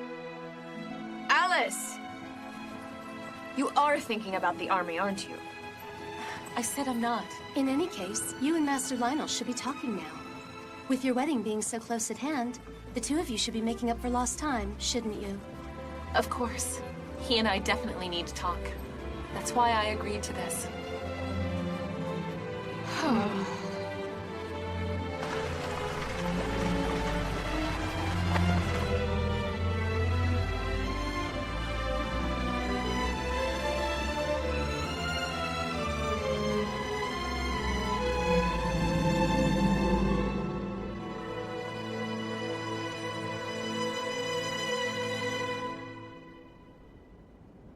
Big guy. Wake up, man. Sir? Quit daydreaming, huh? They're not going to boil themselves. Sorry about that.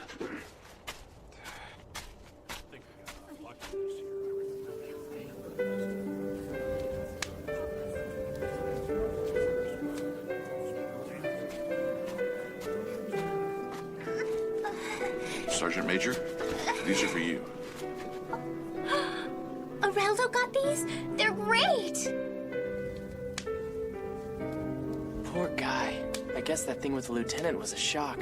Give me a break. It's not like she's tying the knot today or tomorrow, right? I was just thinking, what if Oland likes her or something? I don't know. I'm not sure that's what's happening.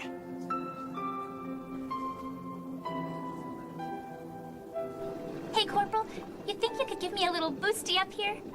Sure. Oh, Anton, careful! We all have our crushes from time to time, but I get the feeling he's moaning and moping because there's something deeper going on there. To say he isn't happy right now, that's a big understatement. Don't cut in line! What was that, asshole? I said don't cut in line! What crap? You've been in line 2 or 3 times yourself! All right, guys, that's enough. It's starting to get a little petty, don't you think? You're supposed to be grown men. Shut the hell up, soldier boy! You guys are eating like kings every day compared to us! You're not any different than those stinking nobles. You wanna know something? I heard they're having a ball in that mansion up there tonight. Wearing nice clothes, eating good food, and drinking good liquor. And meanwhile, we're down here standing in a chow line!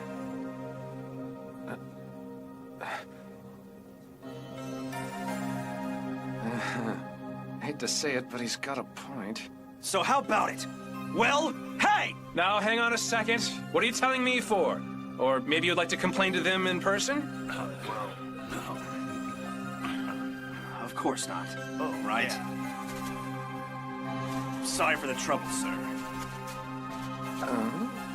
Okay, that was strange. Hey, you alright? Yeah, why? Sorry about that. This isn't the park we normally set up the kitchen at, but our supervisors told us we're going to set up in a different place this time. So we had to set up the kitchen down the hill from the mansion. Lousy place and timing, if you ask me. No, ma'am. The army has to take the blame for this one. You are a sweet angel of mercy, and all we can do is give you potatoes. Not at all. You peel the potatoes and make the soup.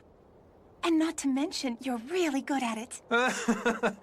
I had a lot of practice with those potatoes when I was in the stockade. So, are you in there yet, Lieutenant?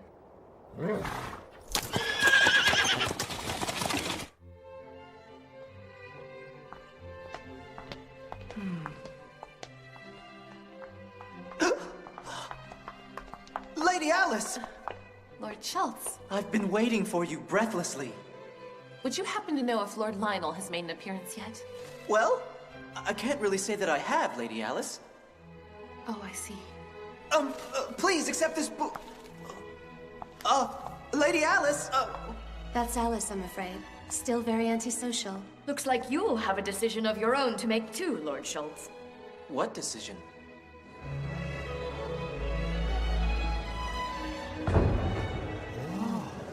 The Malvin sisters.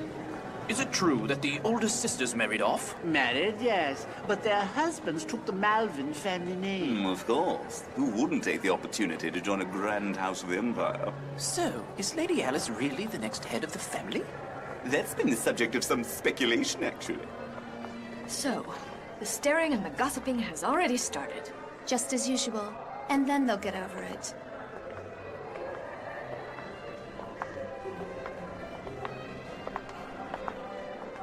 It looks like they've put out some lovely buffets this evening. Not interested, thank you. Where, oh, where did you leave your heart, Lady Alice? Huh? It's not like I haven't noticed. You've always come to events like this looking like you're bored beyond belief. You can't tell me that you haven't now. I can honestly say that I've never seen you happy or smiling, Lady Alice. That's completely absurd. I can truly say that this subject has been in my thoughts for quite a long time now. Where has that smile of yours gone? Are you saving it for Lionel? I'd seriously doubt it. But then the answer came to me. Your heart will always be with the Army in State Section 3. Now that's not... Honestly speaking, I can say without fear of equivocation that I am jealous. We are here in the middle of all this splendor, and you'd rather be with your soldiers and your war relief mission. Well, well, what a rare pleasure it is to see the famous Malvin sisters, yes? Stand there and look busy, will you? An appearance, and dressed like the ladies you are for a change. So who's the old windbag? Marquis Paulo. He's the Empire's chief financial administrator. Young Mr. Schultz, it's been a while. A pleasure, my lord. Oh, no, sorry. Well, those gloves look terribly pricey. Oh, dear me. The pizza is exquisite tonight. Oh, I've forgotten my manners. This is the first time I've met the Malvin family, en public, if you will. I'm honored. Right.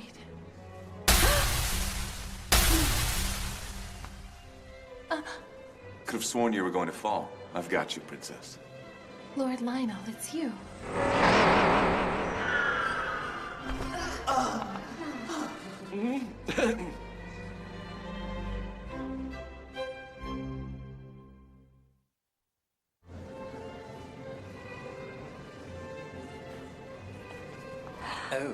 Oh, look, it's Lionel Taylor. I heard he's completed 3 reclamation projects this year. He works hard and he's gorgeous, too.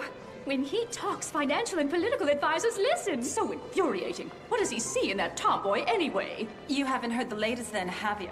That's right. We still have a chance. Princess, Huh? would you care to join me over here for some champagne? Huh? Be strong, dear, and tell him how you really feel. Lady Alice? Sorry, but we need some privacy.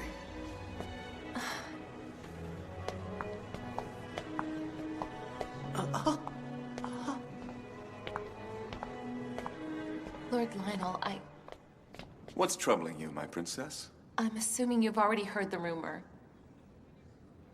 In any case, Lionel, you might want to stop calling me princess in public.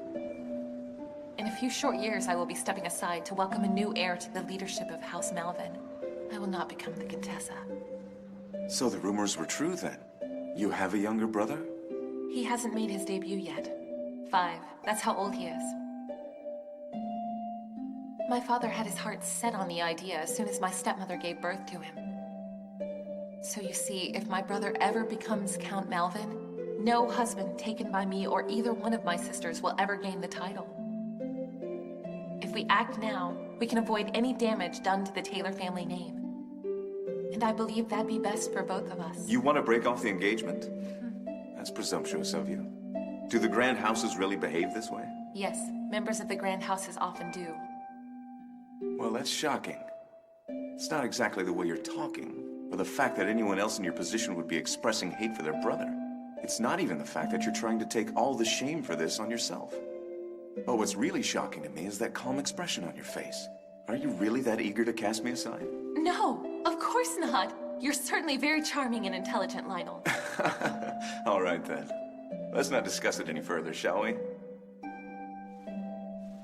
However, I do have one question that you just have to answer for me. Since your brother's becoming the next Earl Malvin, why in the world would you remain so emphatically passionate about being the next head of your house, Alice? There's no real reason. It's just that I am the next head of my house. I mean, in a few years, you're not going to be the heir apparent anymore. This may sound impertinent, but you're not making sense to me. Huh? So what if I'm pursuing something I'm going to lose someday? With that attitude, I might as well just give up on life. Time, sickness, or the sword will take it from you. But that doesn't mean you give up living. So are you in a rush to die, Lionel? 'Cause I'm certainly not. Oh, Alice, you really are a treasure, you know that? Huh? And I think you just made my point for me. Giving up on you would be exactly the same as giving up on my life, my princess. No thanks. I really shouldn't have any alcohol. Let me set you free, once and for all.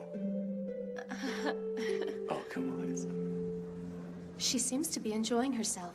I doubt it. Not even a hint of a smile. Huh? What was that? What's the problem? What seems to be the problem, Marquis Paolo? That is the problem, dear boy. These canapes were marvelous, but this imbecile told me they were made from acorns. Explain yourself. I'm sorry we ran out of ingredients, my lord. Other than that, the rest of the recipe was perfect. Do you think the Imperial Court are a bunch of chipmunks? Ew, did you just eat one of those and like it? We both did, remember? Idiot! You'll not cater for the Imperial Court again! What? No!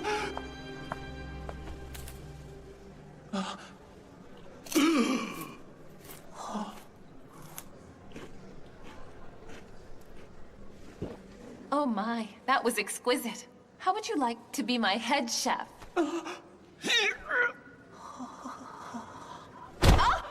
blithering idiot! You really shouldn't eat things off the floor. That's hardly the point. This chef's mastery of the culinary arts, in spite of the fact that he didn't have the The necessary taste of the canapes doesn't excuse the filth on the floor! Come on, it's not that big a deal. Lady Alice?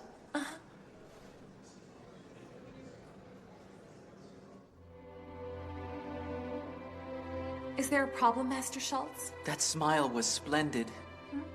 You can't force something that beautiful to life. What do you mean by that? Do you have any idea how much your smile and your words saved that chef back there? Could it perchance be that I finally learned a bit about Section 3's war relief mission? I should probably learn more about it. Make that everything about it. But I should probably take my leave of you for a while, dear lady.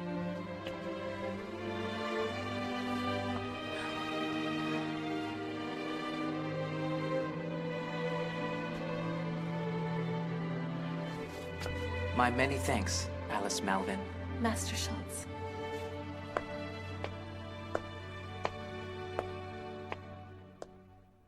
Alice Lee Malvin of State Section 3? What do you see in this heartless world of ours that I can't see?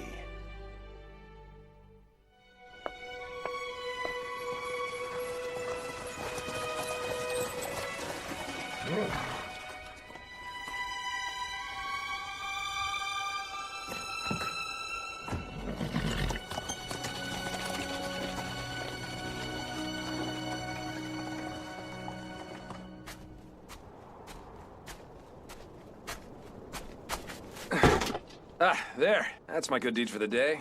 I am bushed. Hey, big guy. Pull half pint out of her pot. We're all done. Yes, sir.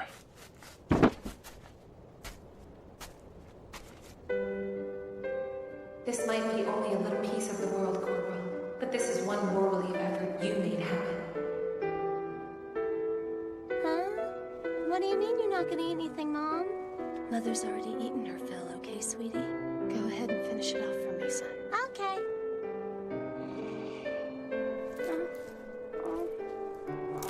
It's cold and my hands hurt.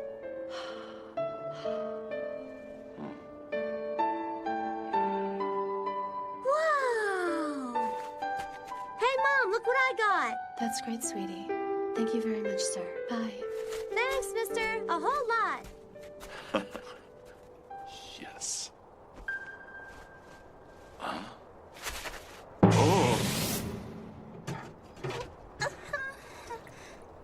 Oh, that's not even enough to feed Merc with. Sergeant Major? Huh? Any ideas, ma'am? Corporal Oland, what am I going to do with you? Your heart's in the right place. There! All done! Sorry about that. You might end up losing the shirt off your back next time if you're not careful. That kind of thing only causes more trouble than it fixes. I'm not one to talk, I guess, since I used to do it myself. I feel sorry for all those poor kids, and I ended up giving them all of our food before we'd fed everyone. So we have to be a little bit cruel to be kind, if you know what I'm... Huh? What am I doing anyway? Am I really just looking for trouble? A chance to have something bad happen? Am I looking for praise? Or for someone to say he can handle it even if the lieutenant leaves Section 3 someday?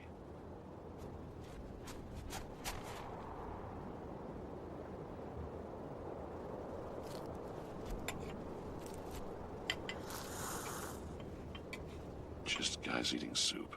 And here I am getting all worked up. Oh! Well, guys, I hope you enjoyed your last meal. Yeah, when I saw the light from that damn party, that made up my mind. We gotta do something. Our buddy's got the dirt on that fat bastard right here. Marquis Paolo is lining his pockets with money that was meant for us. Every newspaper is getting a copy of this story at first light. However, we're not stopping there. This news story needs an ending, and we're gonna make sure it has the right ending. I've got to tell Mr. Aureldo, quick. Those greedy bastards might capture and kill us, but we'll have struck in the name of everyone he's let go hungry.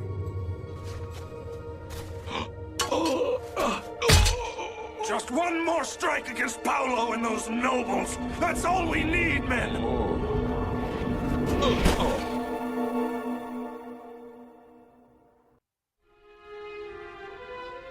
You have proof of the Marquis' corruption. Yes, sir. Our contacts over at Delote shunted this information over to us. We need to put a lid on this now. And get Axe Force and the local police involved in this immediately. Have them pick up those envelopes and whoever's carrying them wherever they find them. Use every resource at your disposal to keep that story out of the newspapers. Understood, sir. Do we know the Marquis' current whereabouts? At a ball, sir. Should I send a security force? I'm not in a hurry. The more immediate concern here is how did a bunch of lowlifes get their hands on the Finance Ministry's ledgers? If the Marquis can't keep that information off the streets, then I couldn't give two pfennigs for his misbegotten existence. Capturing those information traders should be enough for now. Set up a perimeter so nothing gets out. Sir! Considering the information they already have on Paolo, it's actually better if they wind up killing him anyway. Right.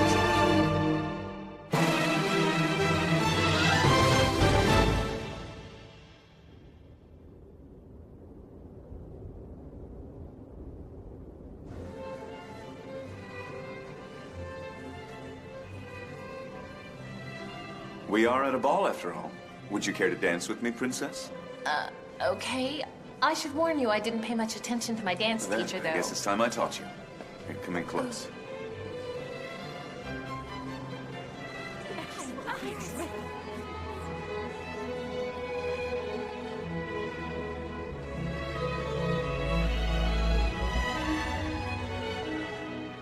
Didn't listen. You're a quick study. Oh.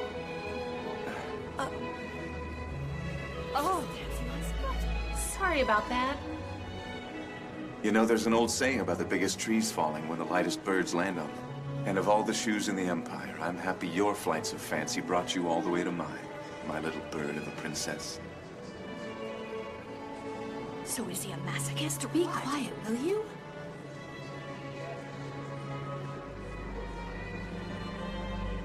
Are you all right? Oh.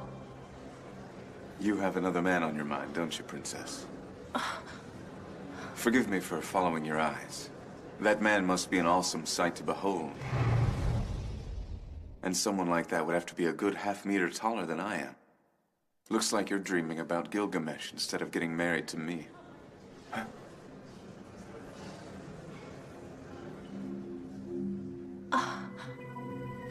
Yes, he's tall. And that's it, I'm afraid. I thought he was strong and that he could handle anything, but I guess I was wrong. I thought he was a warrior, and I only saw what I wanted to see. I made him fight. And now I know. He's not a fighter. Hit him harder, you idiot! I already did.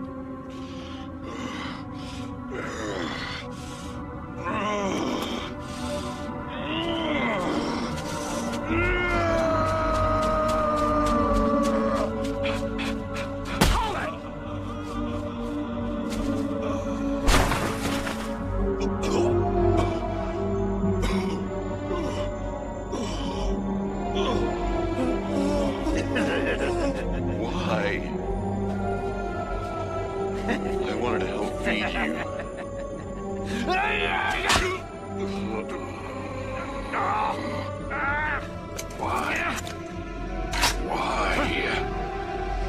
Why can't I stop myself? Something got your attention? It's nothing, really. Then let's take a break, all right?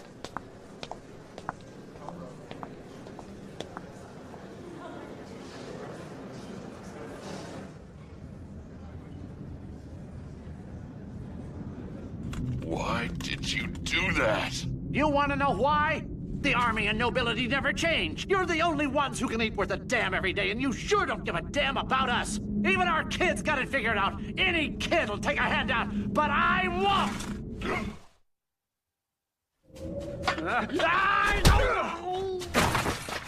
Getting your ass kicked by a city with a shovel, big guy?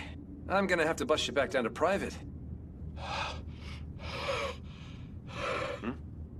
You bastard! Don't try it, Chuckles. Even though I wasn't the best martial arts student, I could probably take care of you. Ah! You know what my problem was? I didn't like all the rules.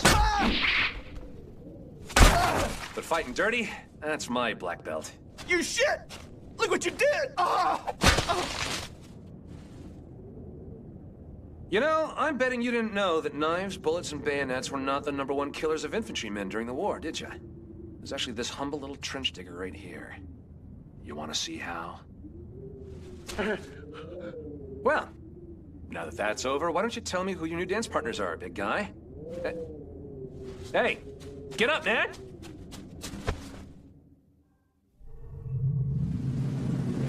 Oh, this dream again.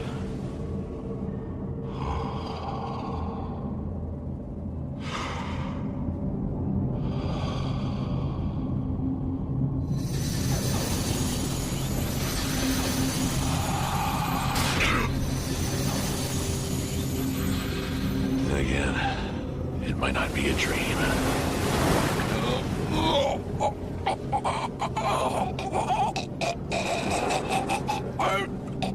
Because I've killed so many people myself. It's all right, though. She'll show up soon, and I'll be safe. Lieutenant, Miss Malvin? Alice! Alice!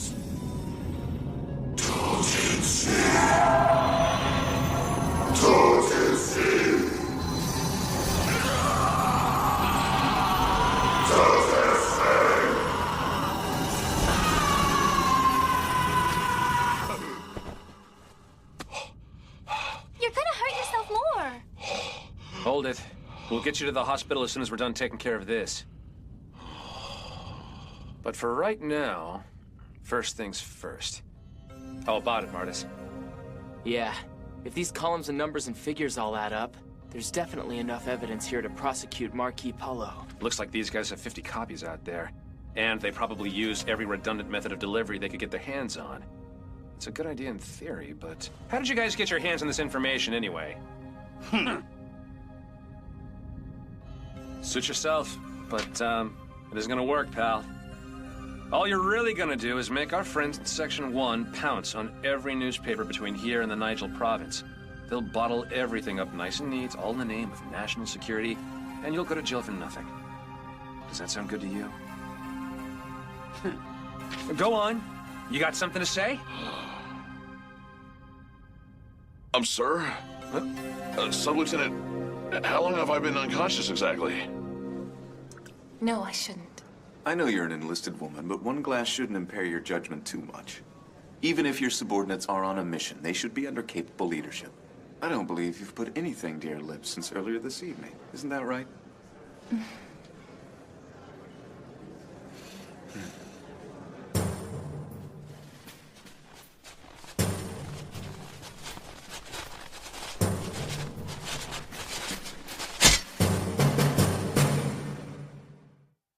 You're going to launch an attack on the ball? What the hell were you thinking? No one's gonna be able to cover up for Paulo and all of those idiot noblemen if we break that story and kill them all at the same time, that's what! You think it's gonna be that easy? Huh? Section 1 will do a lot more than just torture you. They'll kill your family and friends, too. Hey, man, my family's got nothing— They don't care! He's not kidding about your families, gentlemen. They'll torture anyone they have to find out where you got that information, so... Even if one noble dies, you'll start a bloodbath that'll take years to fix. Let's go, Martis. Stop screwing around and get out! Sir? You've got a head wound, Oland. You can't fight like that. Just think about it. If your wounds got worse out there, we'd have to charge those guys with murder.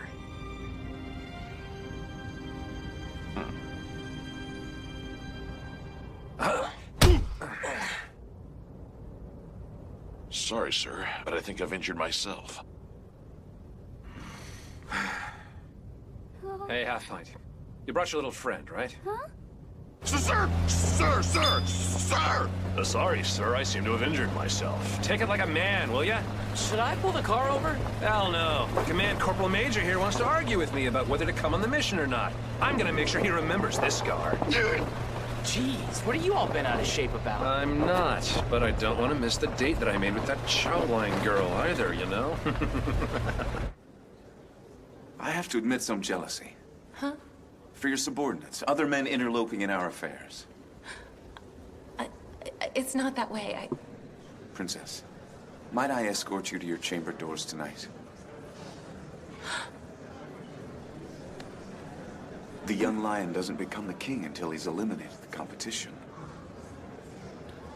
Well, that's the real issue, right? You usually choose your words so carefully. No agendas, no sarcasm. In fact, you've been hiding yourself from me this whole time, haven't you? It's finally good to meet you, Lionel. First you tell me that you're jealous, and then that you want to beat my men to the bedroom. I'm glad to see there's a real man underneath that polite exterior.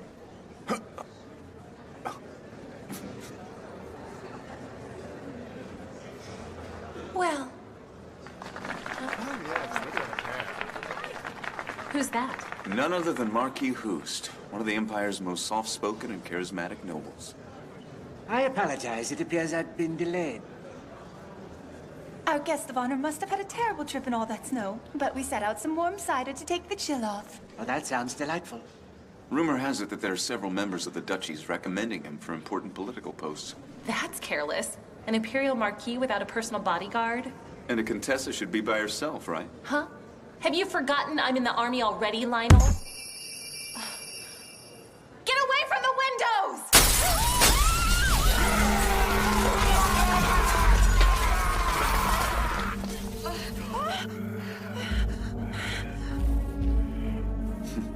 Who the hell are you? Don't you commoners realize you're trespassing? Shut up! We know we weren't invited! Marquis Paolo, Imperial Finance Minister, we're here to bring you to justice!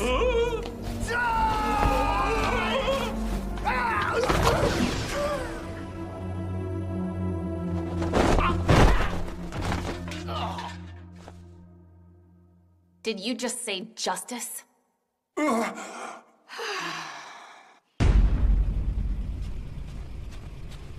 Preparations are complete, sir. Maintain the integrity of this perimeter, Lieutenant. Kill anything that crosses it. Sir! So, Section 1 is mobilizing, huh? Smells like war. There. That ought to keep you patched up. I'm sorry. What should I have done, sir? Those guys weren't enemy soldiers. I was supposed to protect them, aren't I? They used land working tools to attack me. I was so afraid. And now I'm just ashamed of myself.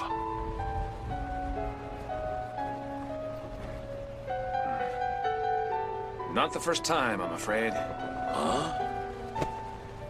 Four Eyes and me have gotten smacked around a couple of times ourselves, if you know what I mean. But for what it's worth, you're the first guy in the outfit to take a 20-pound sledgehammer in the back. It's even happened to the LT. Huh? It's right after the ceasefire, Sub-Lieutenant Malvin almost got her head taken off by an angry mob trying to do a war relief in their town. Can't blame them, really. The same army guarantees victory in exchange for taxing them to death and making them stand in chow lines? Well, you get the idea, big guy.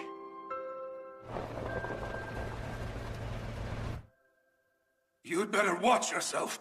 You're protecting the wrong man. He's abused the trust the country's given him as finance minister, and he's used the money he's stolen to live better than any nobleman in here. Here's the proof, fat man!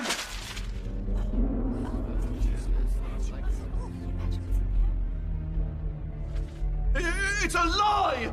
They're just envious of my nobility, damn it! You bet your fat ass we are! Do you know what poverty and malnutrition has done to our kids, you little toad? I can tell you it's not a pretty picture. You nobles treat food like it's garbage and dump it when your bellies are full. And it's not just Paolo, is it? Don't worry, you're all getting punished today, but this little toad's gonna be first! Paolo, I bet you've eaten more today than any of our kids have in their lifetimes. Think about it. Don't you know you're endangering your family by doing this? Don't have any left, ma'am. My son caught cold and died last winter. Bedridden, skinny, and sick. He was lighter than a sack of wheat. I'm sorry, but Ali? The mob is only after Paolo at the moment. What they do after that is anyone's guess. Sully and I will cover your escape. Lionel's handling the rest. I can't do that, Ali. You can, and you better. You're no good to our family or the Empire if you're dead and buried. Let go, Alice. I'm not giving up on this now. Huh? Are you kidding? What are you having for lunch? Sir, look out! Isn't good? Get out of the way!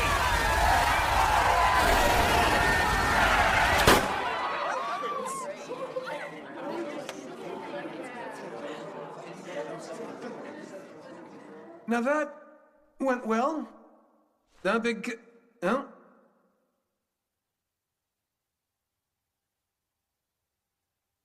Corporal? Are you all right?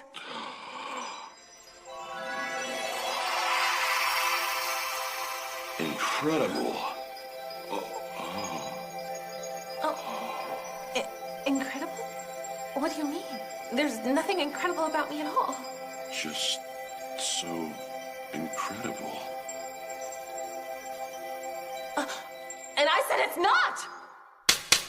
Why? Hey, that reminds me. The LT's two older sisters ought to be here also. Where at? Well, rumor has it all you have to do is look for the biggest and perkiest breasts in the Empire, and you found them. Oh, now I get it. That didn't take you long, did it? Oh, thank God you're here! Marquis Paolo. Now let me in your car and get me out of this place! This isn't a rescue, my lord. Regarde. Ah, more of those papers. I seriously doubt you have any proof of their authenticity. Oh, they're real, all right. The original copy has 50 pages. And there are 49 additional copies of it in circulation at present. An original page is here, with the stamp of your ministry on it. Our friends here made sure to put one page of the original with each copy to ensure their authenticity. Guess you forgot to hire a corrupt notary, didn't you? According to this, you siphoned off 70 million marks in tax money earmarked for war relief supplies. Liar! You can't possibly skim through all those figures and jump to that conclusion on your own! Well, it wasn't exactly me who did it. She can't balance her checkbook, but finding out who's cooking the books is one of her specialties. Oh, what's taking them so long? So, if you come with us, we can have a nice chat. You are Section 3, and you can't actually make an arrest without witnessing something. Oh, great. He hired muscle with brains. It's gonna get ugly quick if we don't pull this off. Shouldn't a soldier uphold his loyalties by suppressing uprisings like this? Shut up! Huh? This ain't none of your business! You're not getting any argument here. You're nothing but a noble's guard dog anyway. You want to talk all pretty, but you were just setting us all up to get killed anyway, right? Nice try, soldier boys. Bravo! Who do you think you are with a little... What do I do? Somebody tell me. Silence! All of you! Oh, reeks of acorn. You are correct. Section 3 has no authority in this case. But as your peer, Marquis Paolo, I, Alice Lee Malvin, challenge you to a duel!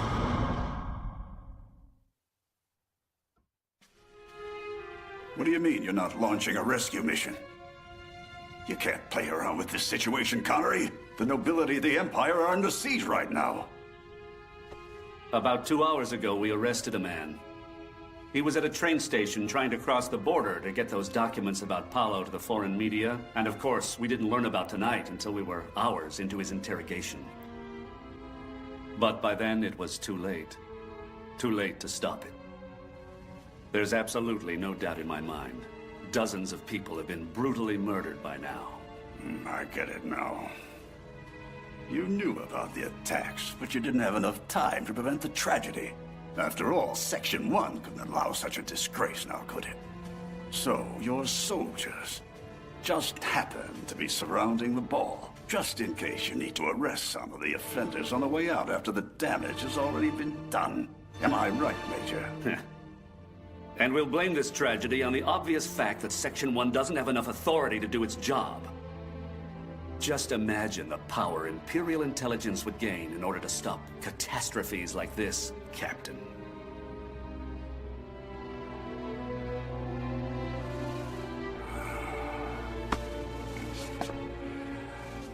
That's just like you, Condrey. Always counting your corpses before they die on you.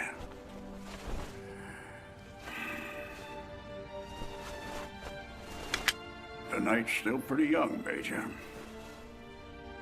See ya.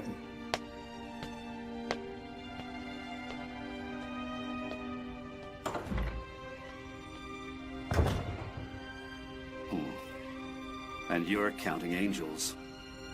Ah, hunks. If anyone gets out of this alive, it'd have to be the work of the devil himself.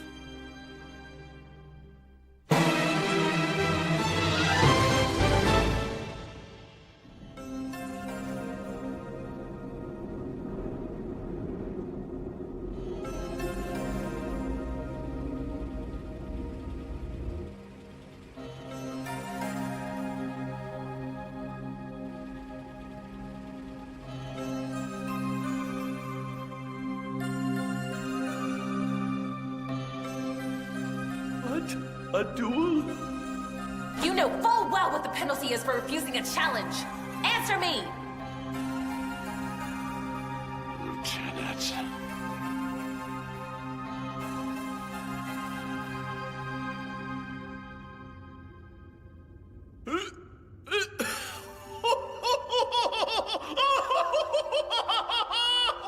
That's a good one! A duel? You want a duel with me? So what are your conditions, Lady Malvin? Arm wrestling, maybe? Or perhaps a game of chess? So what on earth should I combat you with? Your sword. You're not serious, are you?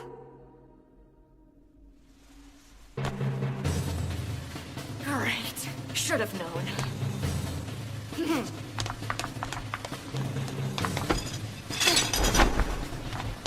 Excuse me, Mr. Big. Time to make yourself useful. Wall, please.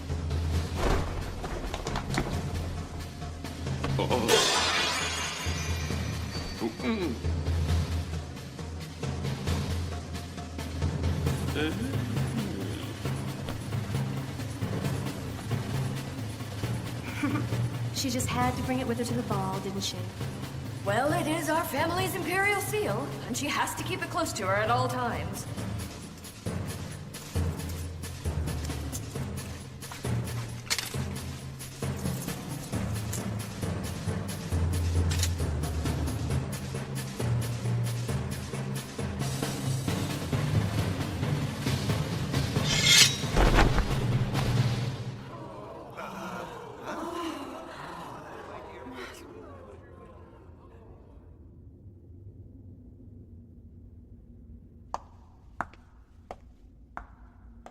Amazing.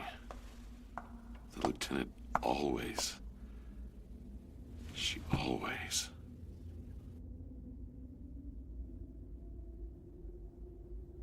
Ellie, Soli, I may not be able to protect you in the coming battle.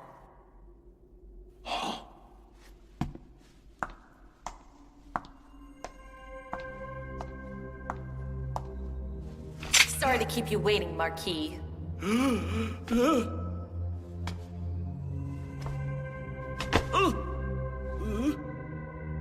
All right, it's a deal. But these two gentlemen here are my sword. Is that a problem?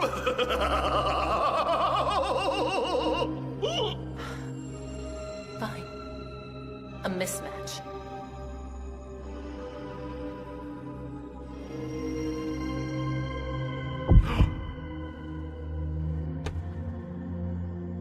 Lieutenant. Stop screwing around, Paulo! You want to hide behind your bodyguards, fine. But I still want all three of you, and that's final!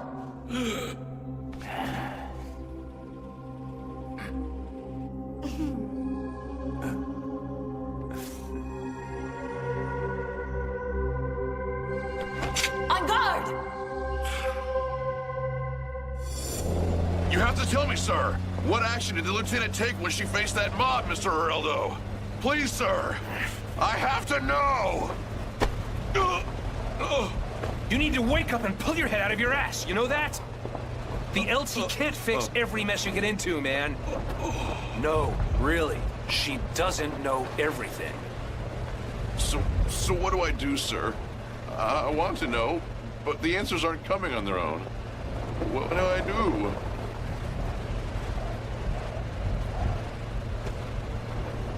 You know something, big guy? When those answers finally do come, that's when you'll be a real member of Section 3. Until then, you're dead weight.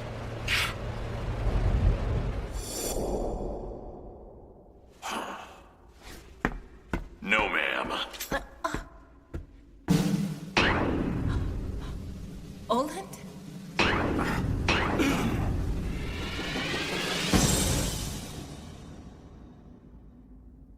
Stop this, please.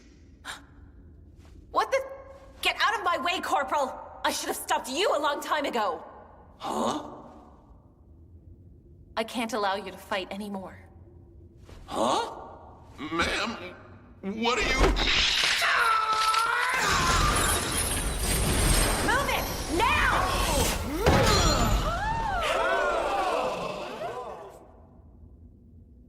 A flail. How wonderfully bohemian. I'm tired of all this talk. I want a piece of the big man.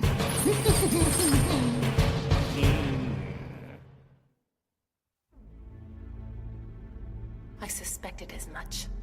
Using threshing tools as weapons, and those round brass spectacle frames of yours. You bastards. You're Rodelian mercenary guardsmen. Rodelian, huh? Well, that's nice. Yeah, Rodelia is nothing but farm country. I remember reading the history books. The mercenaries who sell their services to the highest bidders always prefer using the weapons they used during their civil wars. Farming tools. For a bunch of guys who specialize in peasant uprisings, are kind of missing the point here. Come on, big man. Fight me. I don't know, Four Eyes. But the longer this goes, the more we're screwed. He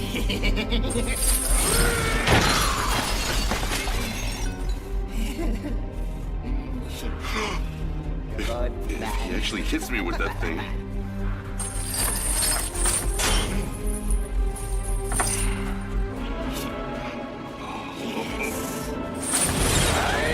Jump back, damn it!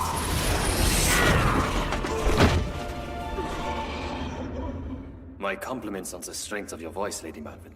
I doubt he would have survived that attack without your command. He's obviously the beneficiary of having a fine commander. Aren't you going to go out there and help him?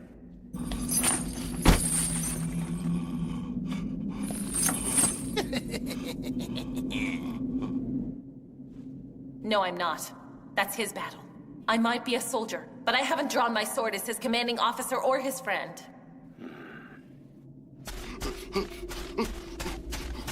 It is drawn as a noble defender of the Empire, and as the next head of a noble household, Alice Lee Malvin. Third daughter of my house and a sworn avenger against all who would harm the Empire and our people.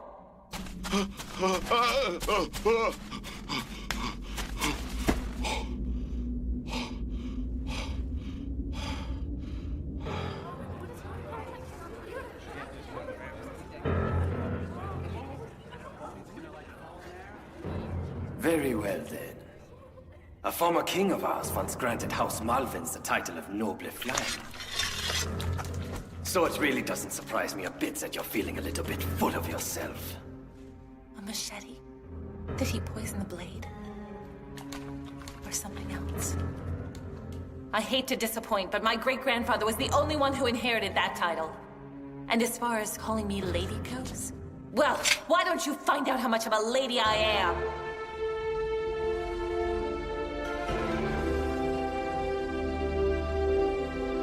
Professional fighter. A professional fighter should continue fighting if someone has a decisive advantage over him. If he's a real professional, he should give up if he sees this, right?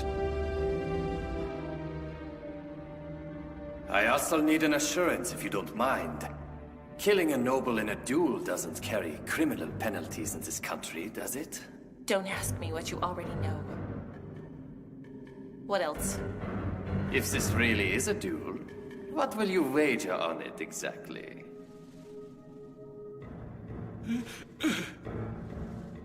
As a noble? And on behalf of all nobles, I wager our integrity. Oh. Integrity? What in the hell are you talking about? You think we're gonna watch you fight over your integrity? I don't think so!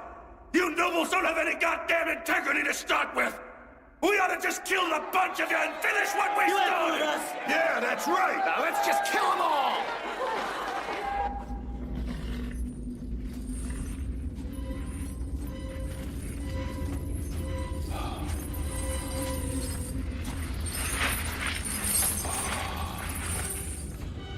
Yo-ho! Playmate! I hear you.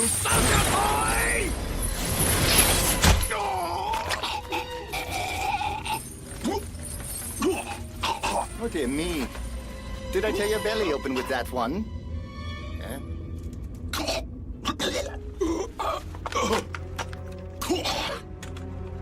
Drop it. Drop it or I'll pull the trigger. Huh? I couldn't hear you through all the puking and the crying. Go ahead and try, I dare you! I'm not bluffing. Fucking women. Swear I'll... Swear you'll what, mister? I just pissed my pants? Big old you and your big old gun? You couldn't frighten kids on Halloween. Pumpkin man. We're all gonna die anyway, so we might as well kill them all and get it over with! That's right!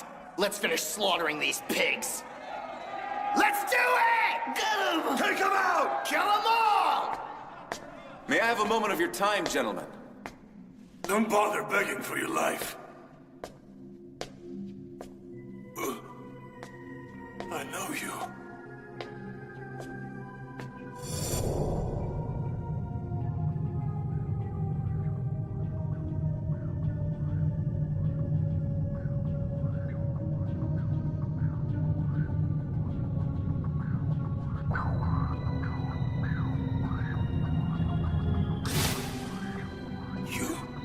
You're a noble? These documents obviously point out the Marquis's guilt. And it's more obvious that you're informants. How about this? You let the duel continue, and if the princess wins, the Marquis will gladly march himself into the authorities and confess to his crimes. Now, gentlemen, as informants seeking justice, you would be acquitted, of course. Like it never happened. What? Acquitted? Very well. And if we are the victors? Whatever the Marquis wants, of course. I suppose he could ask us all to just forget about his crimes. But I'm guessing the Marquis will want to beat a hasty retreat from here. But then, any of those things would probably just restart tonight's peasants versus nobility bloodbath. But you'd be safe. Well, gentlemen? That should be all right, shouldn't it? Yeah, no matter who wins or loses, we still end up getting what we want out of the deal.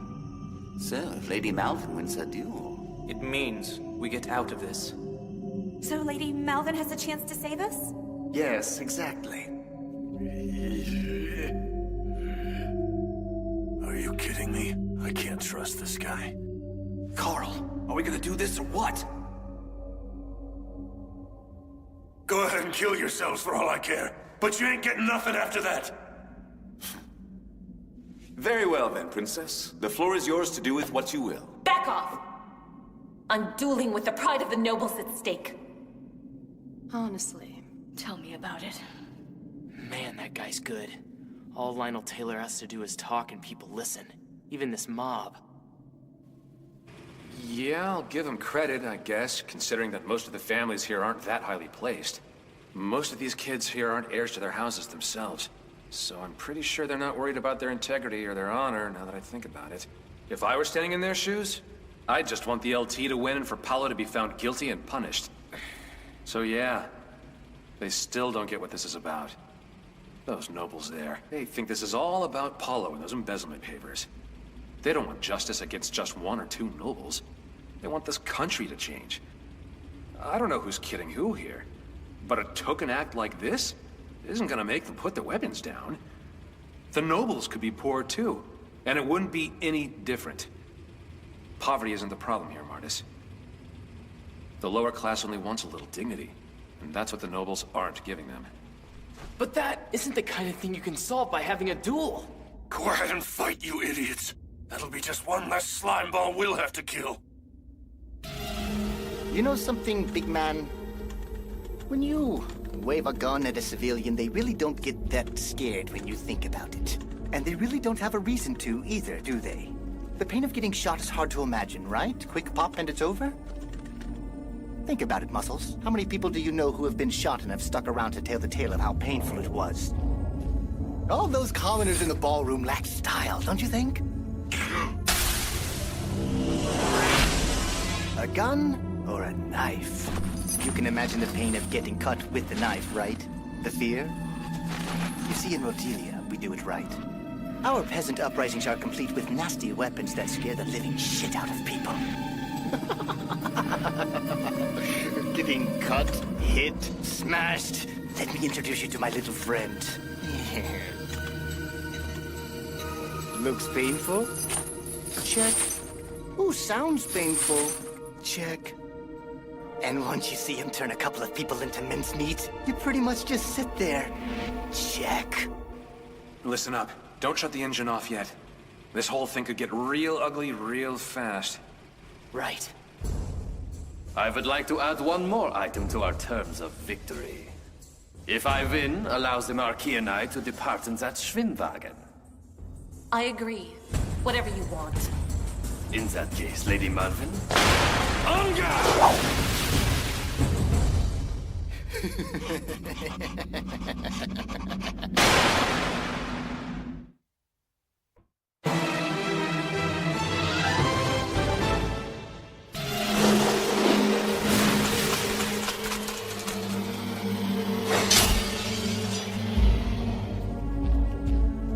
Well now, you didn't flinch for a second. How did you know it wasn't poison?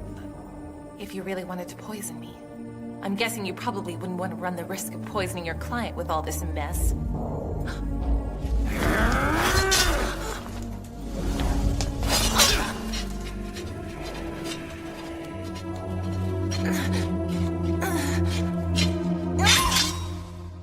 But if I don't get this delivered by morning, my boss is gonna have me for breakfast! You keep on messing with us, and you're not gonna have another breakfast. So what in the hell are cops like us doing, helping the army run their damn checkpoints for anyway? Shut up, man. Those guys over there go by the name of Axe Force. Every single one of those guys can mobilize lower-ranking members of other agencies, as long as it's in the name of information control. Great. Guess it just sucks to be us tonight.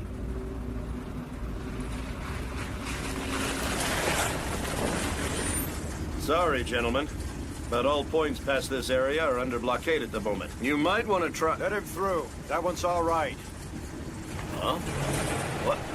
Is the guy in that car part of the top brass or something? That's right. Top brass.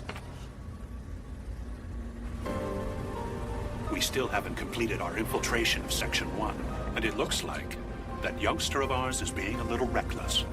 It's often said a young lion learns to hunt by roughhousing around with his siblings, after all. Playtime lets a lion cub hone his skills, but also allows him a small taste of death as well when he loses the hunting game.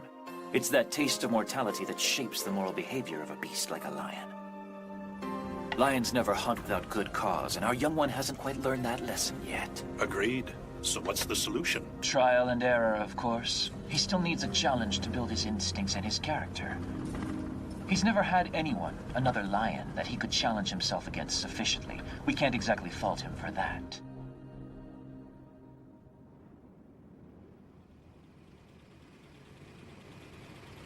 So, is it just me, or do you think she's gonna have trouble? We might have to get involved if things get too rough. Damn it. This mess just keeps on getting bigger by the second. Both the big guy and the LT now? Who do we help and when?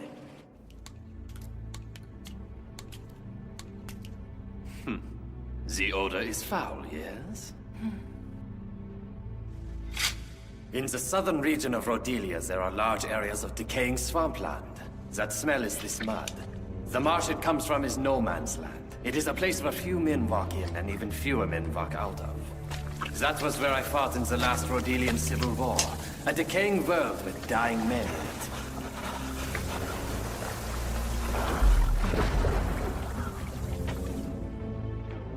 I still think of it as a kind of inescapable hell. And now you can't escape either. Welcome to my territory, Lady Malvin. Whether it's you or anyone else in this swampland, all of you will all become like the weeds and reeds in that swamp. And those weeds will fall before this blade. You're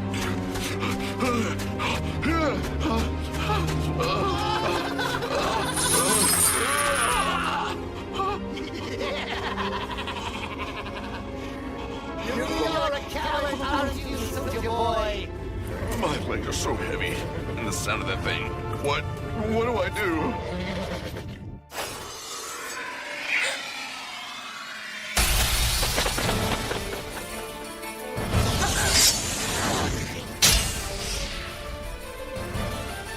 He blocked it?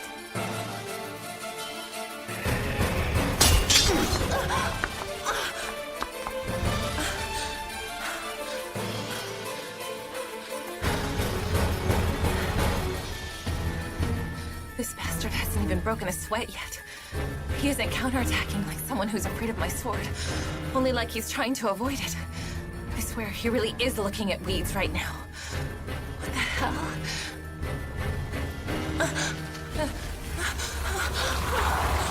What the? So this is what he meant by territory?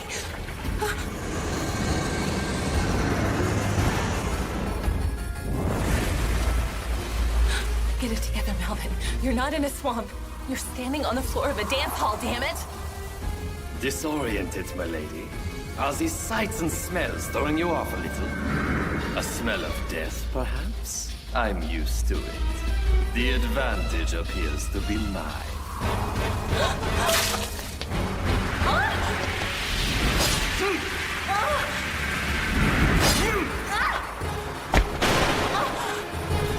Damn it! I can't fight. This dress has just become a serious liability.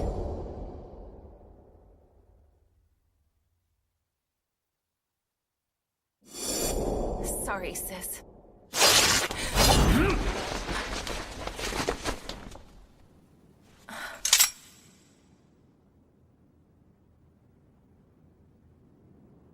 You're not angry. That's strange. Of course not. She has to fight. And that dress isn't making things any easier. I'm not a complete ogre, Soli. I can find a way to replace that dress. But not Alice. All right now. We've got to do something. Look, if we jump into the middle of the Lieutenant's battle, we're gonna set off another riot. Oh, damn it! I can't believe that idiot's not watching his back! No! Get away from him!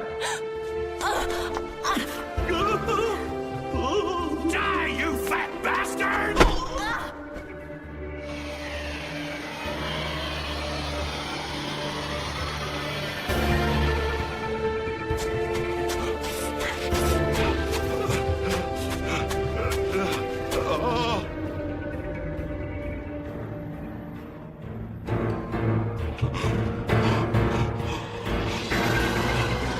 Lieutenant, no! What are you doing to her? Hey, soldier boy. Alan hasn't killed her yet? Well, there's a surprise. Well, enough about her. Let's play!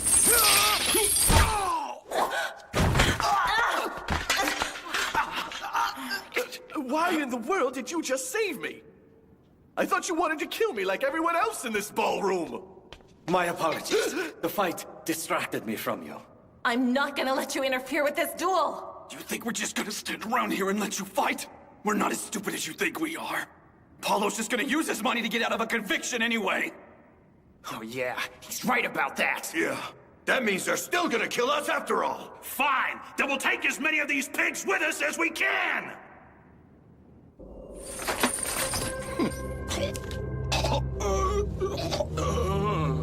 So, that's what they call a duel around here? Does your friend really think her pretentious little show is going to save everyone in there?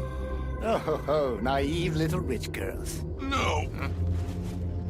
You're wrong about that. She doesn't make mistakes. She isn't anything like I am. Ha! I dare say that by challenging the two of us, she's making one of the biggest mistakes of what's left of her life. What say you?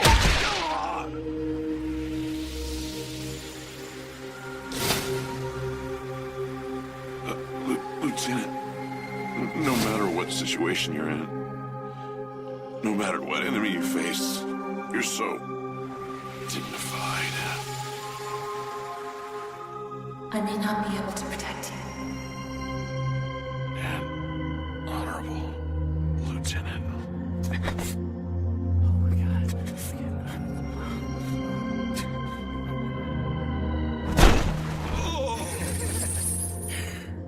What am I? Stupid?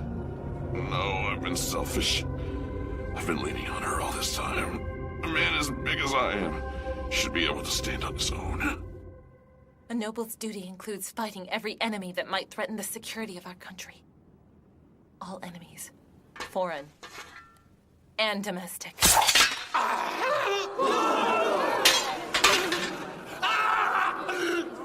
My hand! God damn it! What did you do that for? And if necessary, draw their blood to keep the peace at home.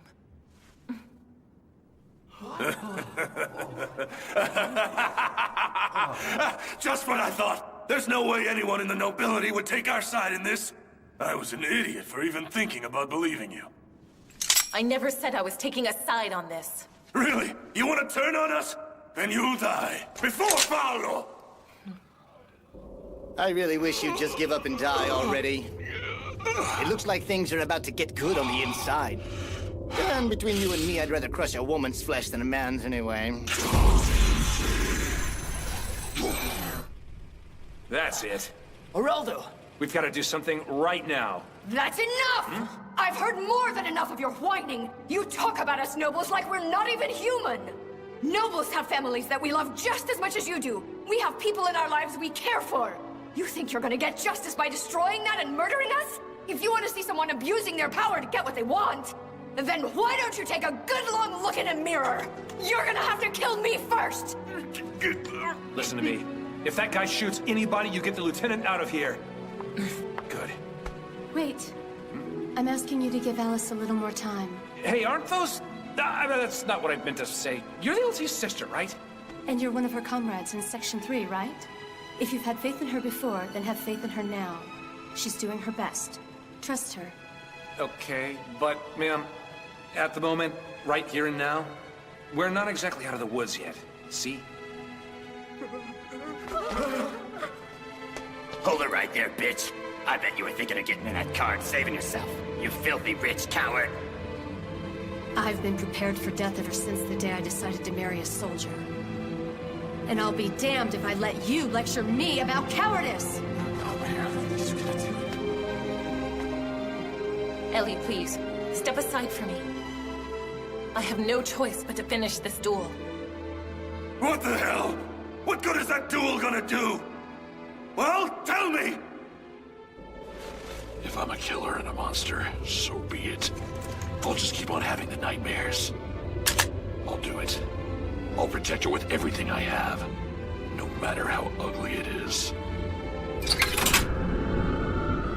If that's my purpose, then it's time to embrace it. It's because I cannot tolerate inequality. I can no longer judge because I am a noble, but suddenly you commoners can? Nonsense! I will judge those crimes, and I will slay those evils, and it doesn't matter who commits them. The Emperor himself isn't above the law. I'll make no exceptions, and I expect none in return. What? The Emperor? It's blasphemy. High treason is what it is. You're kidding, right? The Emperor? Seriously? Wait. After everything I said, is this really what a noble is supposed to be? Hey, don't get in over your head, Mr. Cowardly GI. Hey, what's going on here? If you're gonna play with that thing, Sonny, then why don't you point it somewhere else?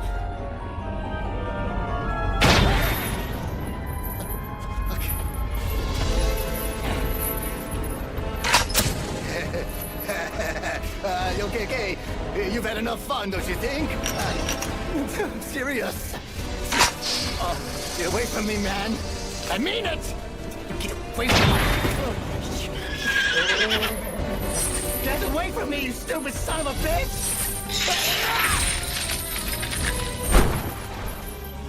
Give me a break already. It's not like you learned how to fight. Huh? Great, you spooked the horses. Huh? Hey! Let go of my leg, goddammit! Let go of me, damn you! Ow! Let go!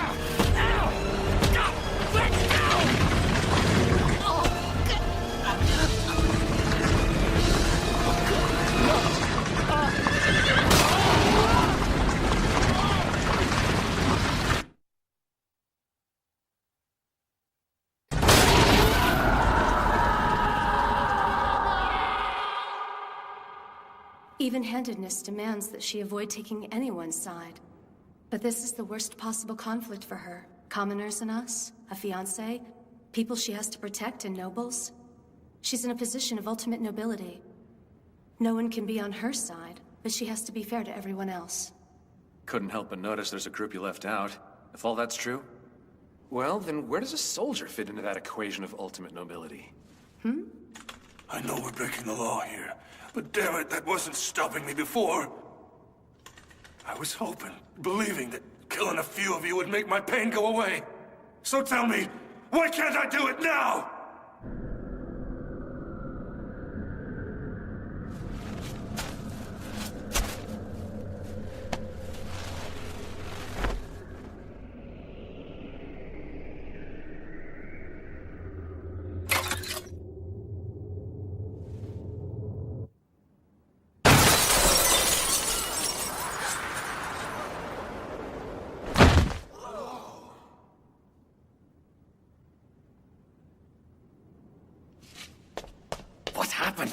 You're a Rodelian guardsman. Don't disgrace yourself in front of this rabble.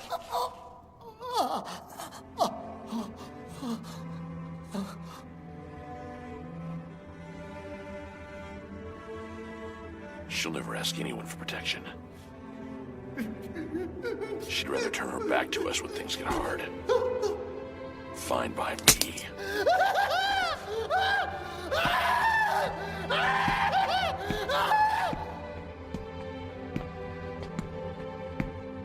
Don't make me say it. I can't have your pain on my conscience anymore. I mean, just look at you. Don't do it. Don't come any closer, Oland. I'm dueling right now.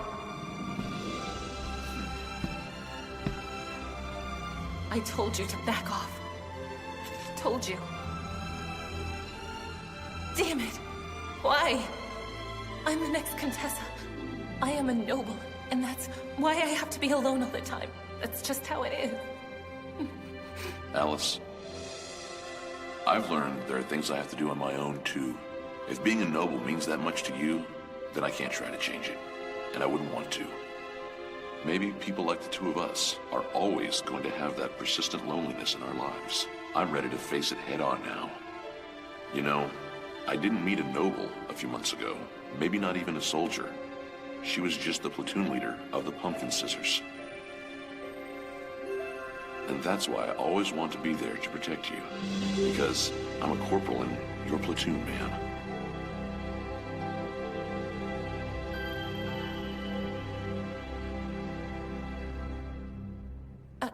Corporal? Yes, Lieutenant? You big stiff.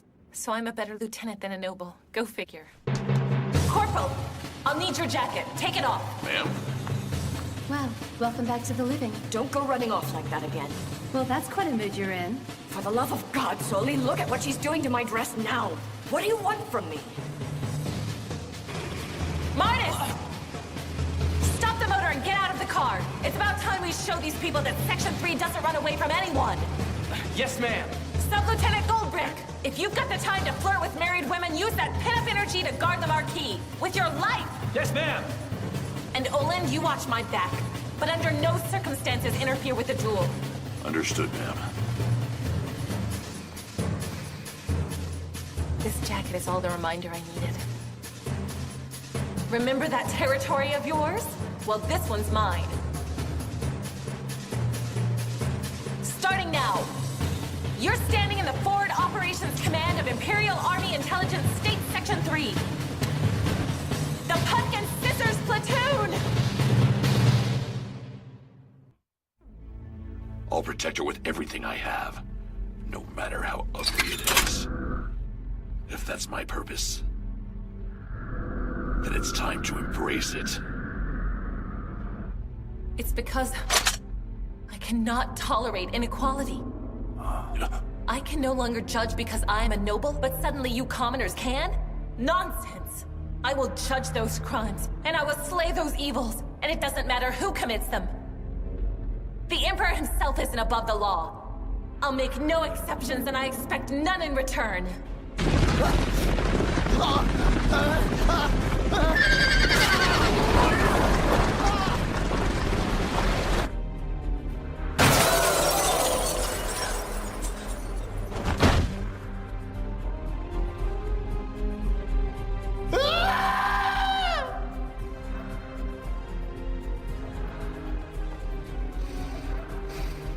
This jacket is all the reminder I needed.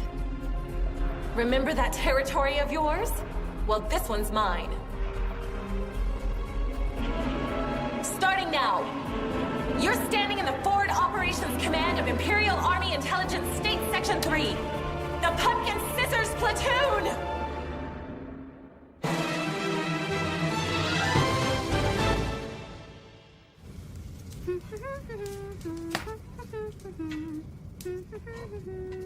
Oh, there's a potato left over. Wasting food is bad, so out you go. I just hope Merc is happy when he gets it. Over here, Mercury. Oh! Merc, you're here already? That's a misappropriation of government rations, you know. Misappropriation, sir? Most of what I found in the pot was burned anyway. I guess I should have asked you, but Oh, did the men leave you to clean up? Huh? The four of you should have been back on base hours ago. I swear this happens every time. Yeah, I know. Oh.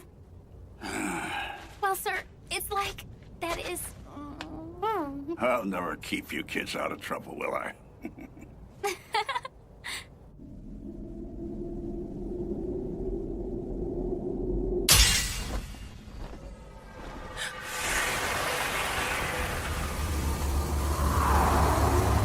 Damn it! No! This isn't a Rodelian swamp. The jacket. As long as I have this, I'll always remember where I am.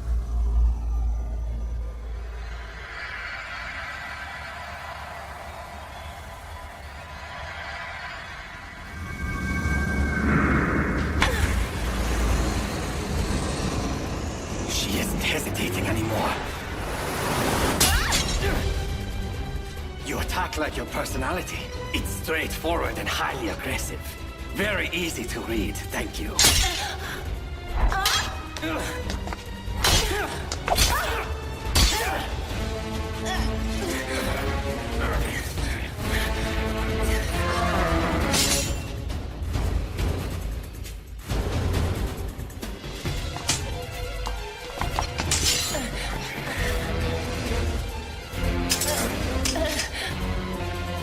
She can't really be a noble, can she?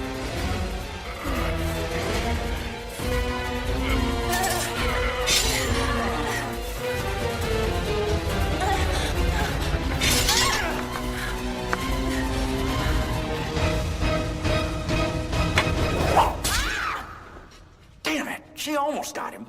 Oh, hey, take it easy, will you? It's not like I'm cheering on a noble or something. She can preach all she wants, but it don't mean a thing unless she wins. I say we finish what we came here to do and start with them. Hey, don't!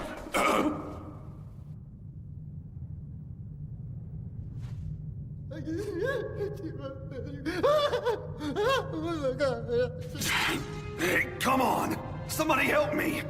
If we jump him all at once, we can take him! Man, what the hell's wrong with you? How tough can he be?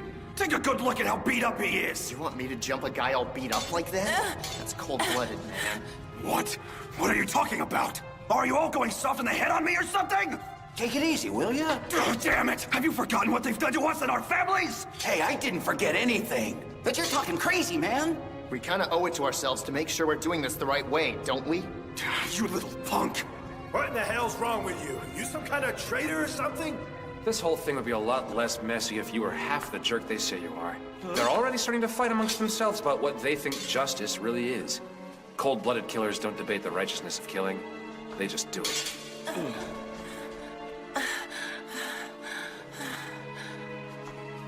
Why do these people have such a grudge against me anyway, Sub-Lieutenant? Even if it's true, and I'm only saying if it's true, even if I did use my position to take money, it's not like I ran out into the streets and killed somebody! All right, I might have treated myself to some good food at times, but is that worth enough jealousy to try murdering me over? Honestly, is it? It's all about tragedy, not jealousy. And that guy up front is still burning a hole through you with his eyes right now. So what if his kid died? Are you telling me that I'm responsible for keeping that kid from eating? That's ludicrous! No, I didn't say that. This would be a pretty sad place if we could jump to those conclusions that easy.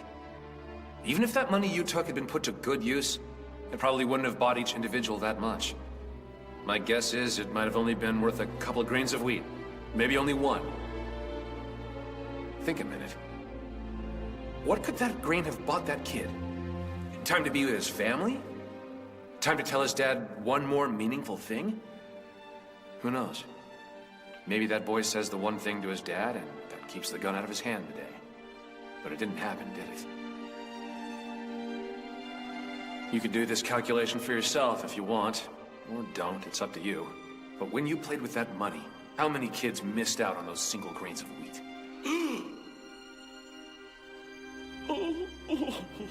You get it now?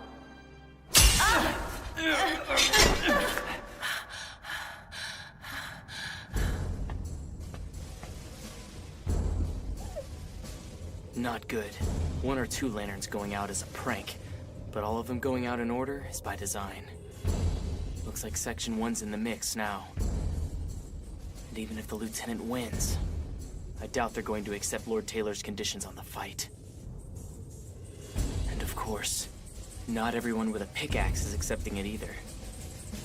We're starting to run out of options here. I know you're the head of Section 3, Captain. And you know Major Connery will have my head if I let you pass this checkpoint, right? Besides, Captain, I understand that Section 3 is still securing that soup kitchen. It's fine, upstanding work. In any case, sir, I'm going to have to ask you to stop interfering.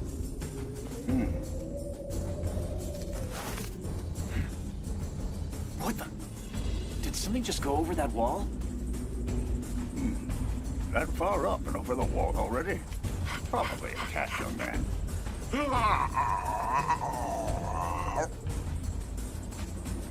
Oh, Captain! I'm glad you made it back. How was the recon? Section 1 has that perimeter locked down tight. No one's getting out. They'll arrest everyone, and their families will be tortured right along with them. They wouldn't do that to them, would they? Not our families. They didn't do anything. It's going to be all right. Alice and the men are there. And our messenger dog just gave them a secret plan to execute. The captain's got it all figured out. A plan, Sergeant Major? Huh? Then what is Mercury carrying, Captain? Oh, well.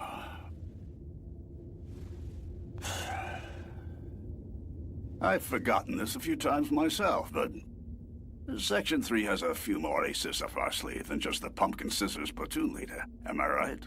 Huh?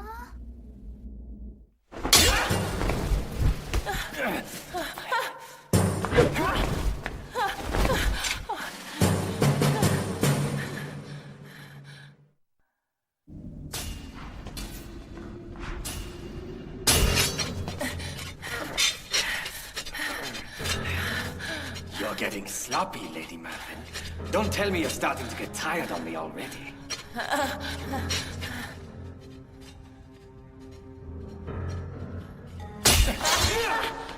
Lieutenant!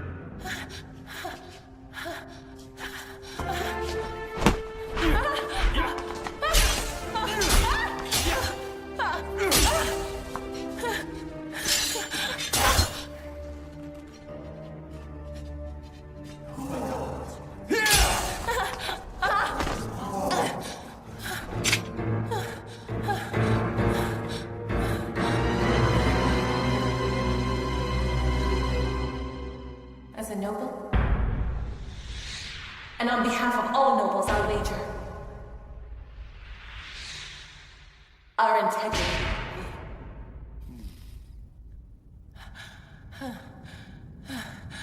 Shall I claim victory now?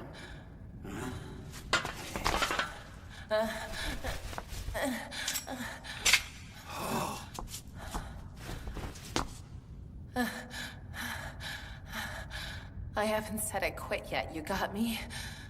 Yes, Lieutenant. You can deny it all you want, but you're running out of stamina, my princess. I doubt this is gonna last much longer. Intervention might be necessary.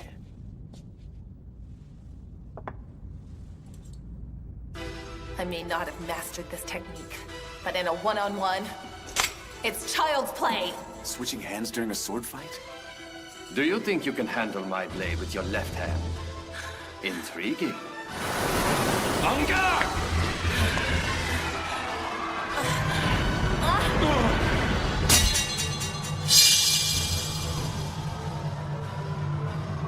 Successful, Barry. That can't be it. The way she's been breathing, I should have knocked her to the floor.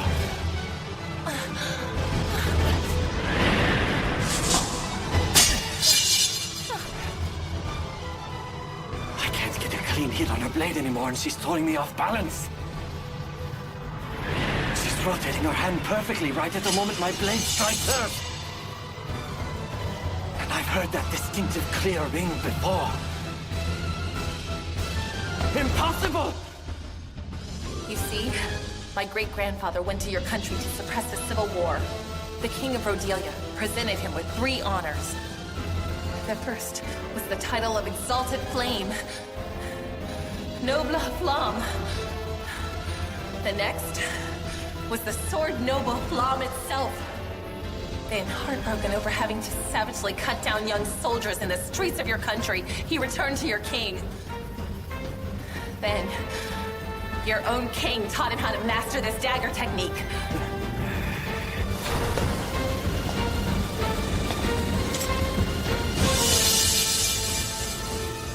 The unreachable.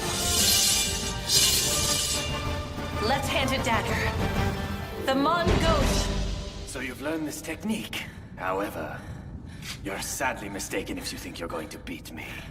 As a guardsman of Rhodelia, I will not allow that disgrace. You will not defeat me. Not using our technique!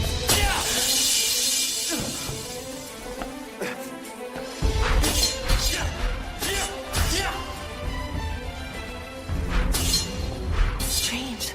I'm not even what I'd consider the slightest bit good at this technique. My body feels like a limp rag right now. And yet there they are, watching me. So now it's easy. I'm moving so freely. She has 2 left feet on the dance floor. Just look at her. I've never seen her so graceful.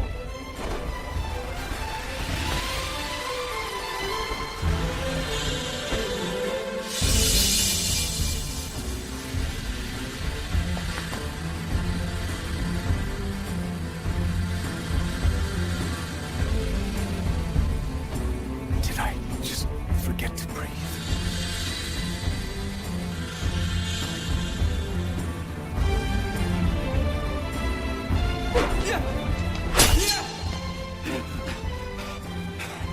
You know what took me the longest to learn? Holding the scabbard in my right hand while drawing the sword with my left. You know what else I found out doing all that left-handed practice? Fighting defensively isn't my style at all. Amazing. She's caught her second wind. Do all the bragging you want. We're not done yet. On guard! What speed? Her right-handed attacks are stronger, but I can't keep up with her left at all. Damn it! I made a mistake. I was so focused on Cordelia's dignity that I lost my composure. Why does this noble fight with such ferocity?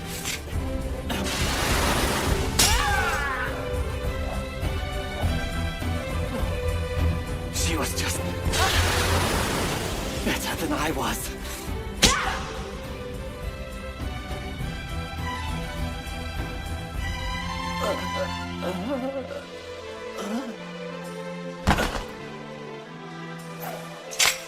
That was fair compensation for making me ruin this evening gown. My personality and my fighting style aren't that straightforward, Rodelian.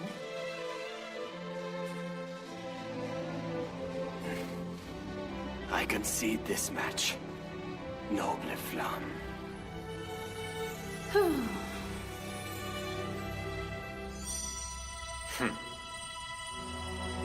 Yep, that's a hell of a slap, isn't it?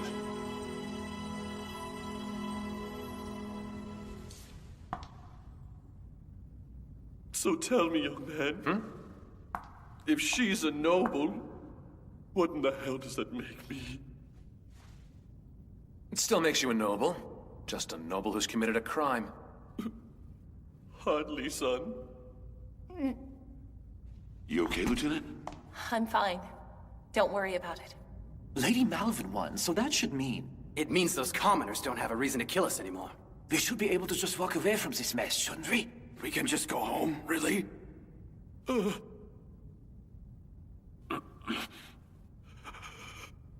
They're lying to us! Huh? We didn't come here to see some girl fight for her integrity!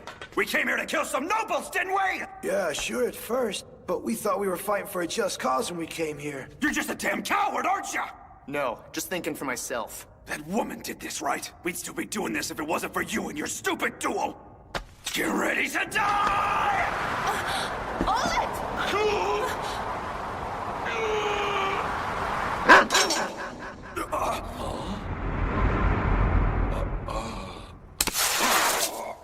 What? An army dog? Huh? Hey, Mercury! The captain sent the message. What is it? Damn! Axe Force is mobilizing the entire city police?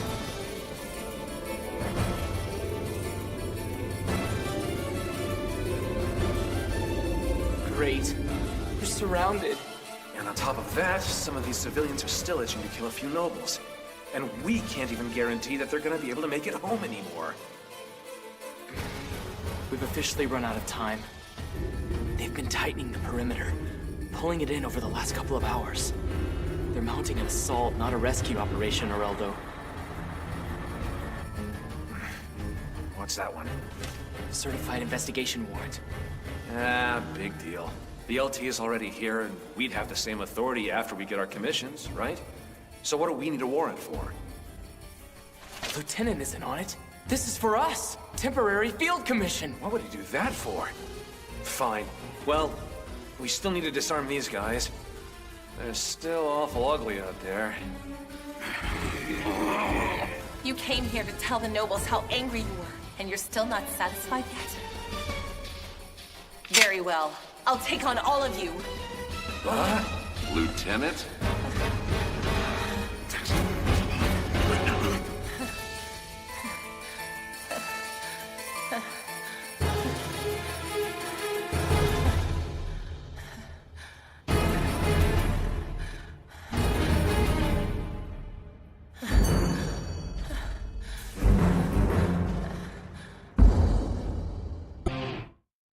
Axe Force is mobilizing the entire city police? Great. We're surrounded. And on top of that, some of these civilians are still itching to kill a few nobles. And we can't even guarantee that they're gonna be able to make it home anymore. You came here to tell the nobles how angry you were, and you're still not satisfied yet? Very well. I'll take on all of you. Lieutenant?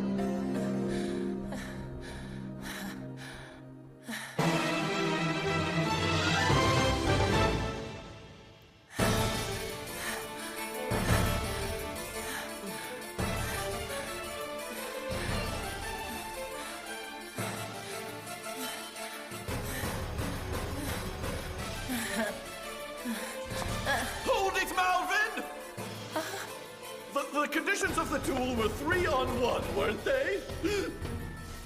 Therefore, this duel isn't over until you finish fighting me, right? You look like you're exhausted, so I'll grant you one, but only one opportunity to designate a substitute. I suggest you choose wisely. Anyone I choose? I don't care. All right. I choose him. Fine. Paolo's really gonna duel with a commoner? If it's a duel, then that means I wouldn't want to be him. Which means if I blow your head off right now, I walk away scot-free.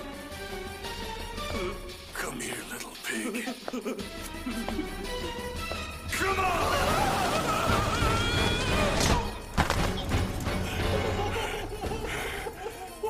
What are you doing? All you had to do was go along with what that pretty boy said there, and you could have marched right into jail alive! Conditions of the duel were never valid, because Lady Alice said... If this really is a duel, what will you wager on it exactly? As a noble? And on behalf of all nobles, I wager our integrity. That's why. Marquis, that's why you've been betting your life?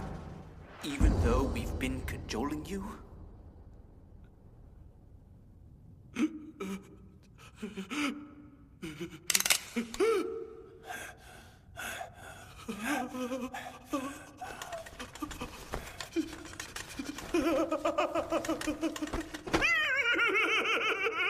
don't kill me, I don't want to die! My son didn't want to die either, you whining pig! I'm sorry. I'm sorry. I'm sorry. Sorry. I'm sorry. I'm sorry. What? My apologies. Are you kidding me? No way, come on. You're sorry? Bullshit! You don't feel any guilt? You nobles aren't kidding anyone except yourselves! Don't try and fool us with fake apologies and tears! Crying and carrying are things that only human beings do! A human being, do you hear me? A human being! A human being. I'm sorry. I'm not lying. You arrogant, noble bastards! You treat us like we're lower than dirt. And then, to top it off, you get all high and mighty about it. You walk around with this look on your face like you don't care! Tell me I'm wrong! It's exactly just like you say. I'm sorry.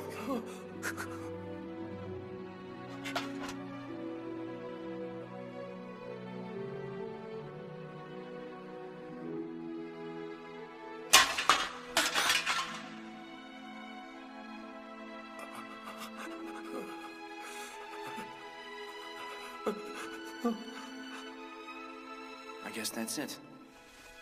I mean, we probably can't do it. I don't think we can go through with this. What do you think?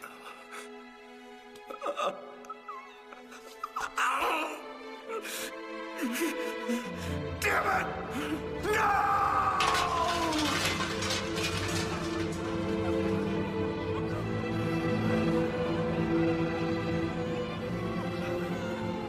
Did I just see that?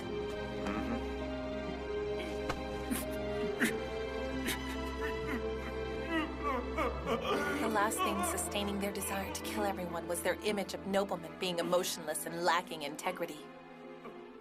And yet there was Paolo on his knees, begging for mercy, and trying to eke one good deed out of himself by challenging me and humbling himself. I still have one duty left to perform here today. I'm afraid this isn't the end of it. Regardless, a crime is a crime. Now wait a minute. Didn't that guy over there say we were gonna be set free? Doesn't matter. He didn't lift a hand to help anybody out there. We all came here ready for whatever might happen. Fairness, even toward evildoers. That's what they responded to and what changed them.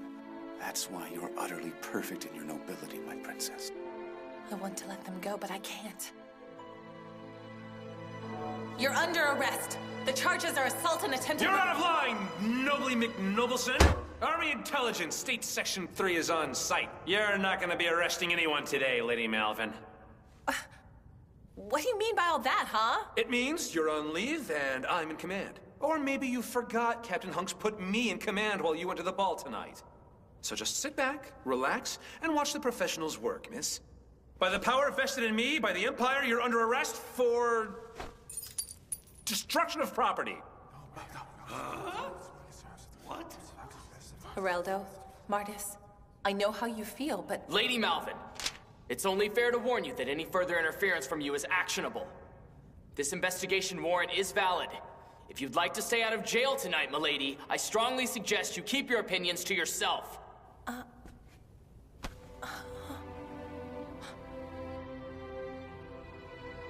I'm sorry, ma'am, but you've lost. What did I lose? And more importantly, who was I fighting against? Army Intelligence, State Section 3, the Pumpkin Sisters. You guys.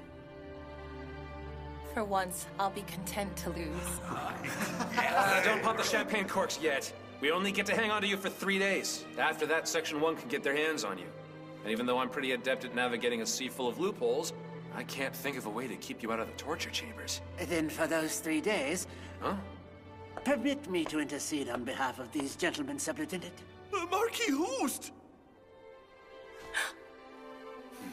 I would dare say there are members of the army with whom I am well acquainted. In due course, I believe I can work with them to get you fair and equitable treatment. Don't think of it as charity work from a false-faced nobleman. Rather, consider it a first step towards reparations. He's bowing to that's the Marquis for you. Most graceful thing I've ever seen. Yes, he's actually going to help us. He really said he was going to, didn't he? We got to make them feel what we felt, and we didn't have to kill anybody. Yeah!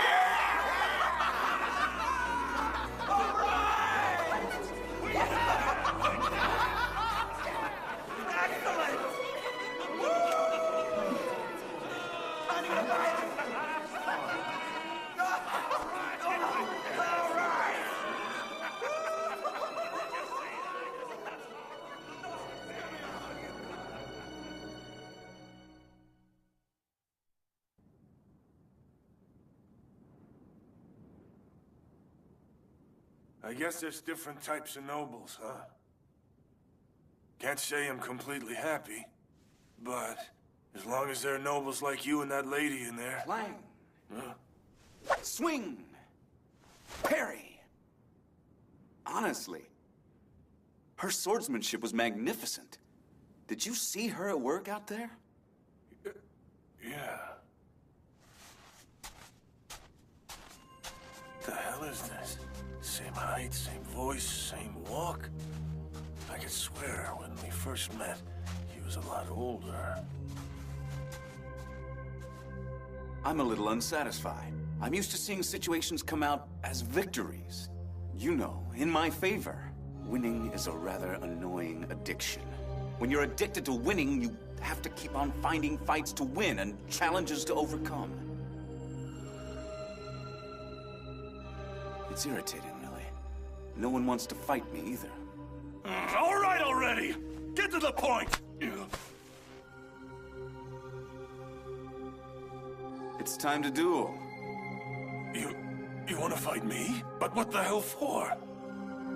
Let's just say you've seen my face in a place very few people have seen it. Even Marquis Hoost isn't going to be able to protect you as the ringleader. And I seriously doubt you'd hold up under Section 1's interrogation techniques. Why can't I shoot?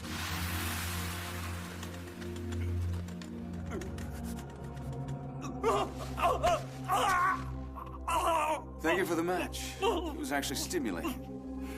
I guess. God damn it. I It can't end like this. It can't.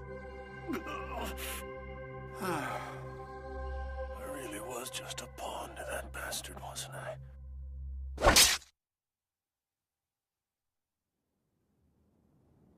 Well now, guess we'll have to clean that up. Welcome to the party. You weren't thinking of leaving without our help, were you? You knew the answer to that before you asked it. I'm glad you came, though. I really do not care for that part of your character.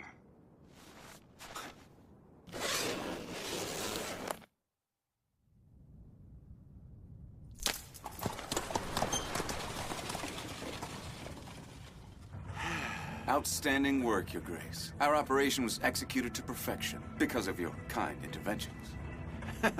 I simply strutted and fretted my hour upon the stage. Your Grace, this could have been one of the greatest tragedies in the Imperial capital since the armistice was signed. Word is going to spread like wildfire about the woman who brought the situation under control without a single death. She's far more than a simple heir to one of the grand houses of the Empire. Oh yes, she's definitely the one. She's the one who understands me and won't ask for mollycoddling when I play rough with her. A lioness who's undoubtedly my equal.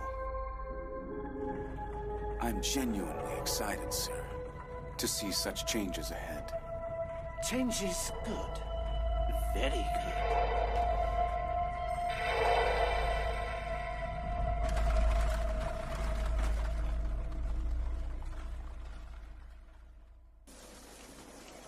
Major, there's a call for you on line 8. Hmm?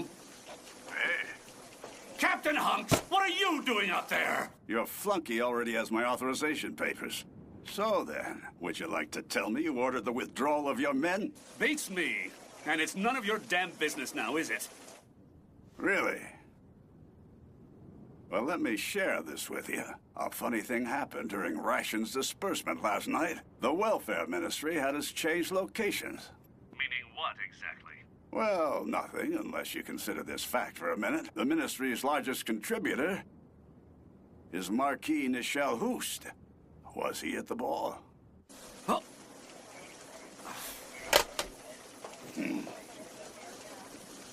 Why do I get the feeling? This game just welcomed another player.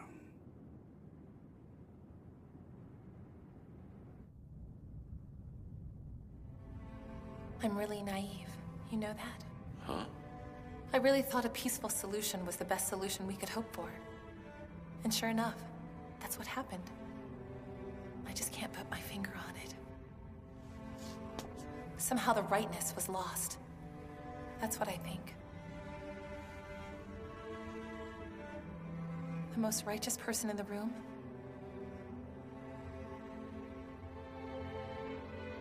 ended up being the man who committed the crime.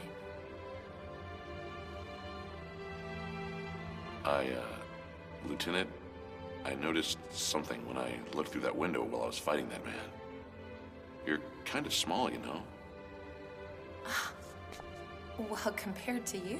You're strong, man, but you're not indestructible. You're too overzealous, always charging into the middle of trouble. All the while giving a big speech about what's right.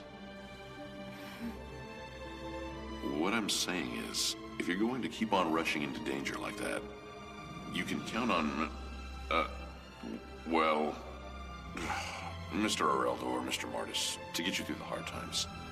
And me once in a while. I'd appreciate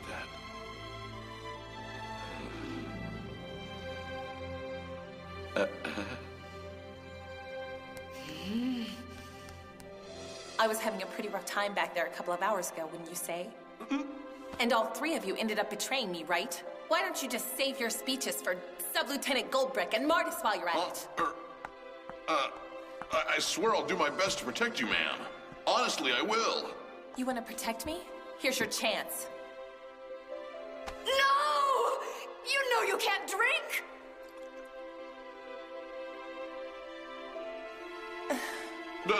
Lieutenant, that's all it took?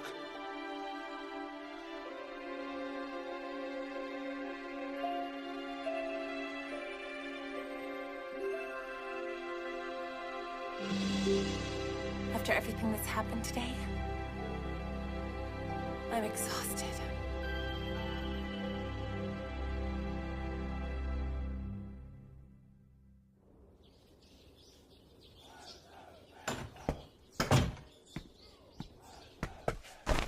Corporal Randall Oland here, reporting back for duty, Captain. Oh, I'm sorry, but we didn't have a party planned for your latest discharge. Party, Captain? Winding up in the hospital is this guy's secondary MOS. How many this time? Well, I... And what's with this uniform you're wearing? Well, ma'am, it's, Lieutenant? With all the damage that's been done to his uniform during the last couple of missions, the quartermaster hasn't been able to find another one in his size. She's got a point. The Army isn't exactly up to its eyeballs in size 68. True enough. It's still a regulation uniform jacket, Lieutenant. In fact, it's just like the one I wore in the 901st. Okay, fine. So you mean Section 3's uniform doesn't mean anything to you? No, ma'am. I didn't mean that at all. Well then, as long as you're with us in Section 3, you need to wear a uniform jacket. Okay? Yes, ma'am.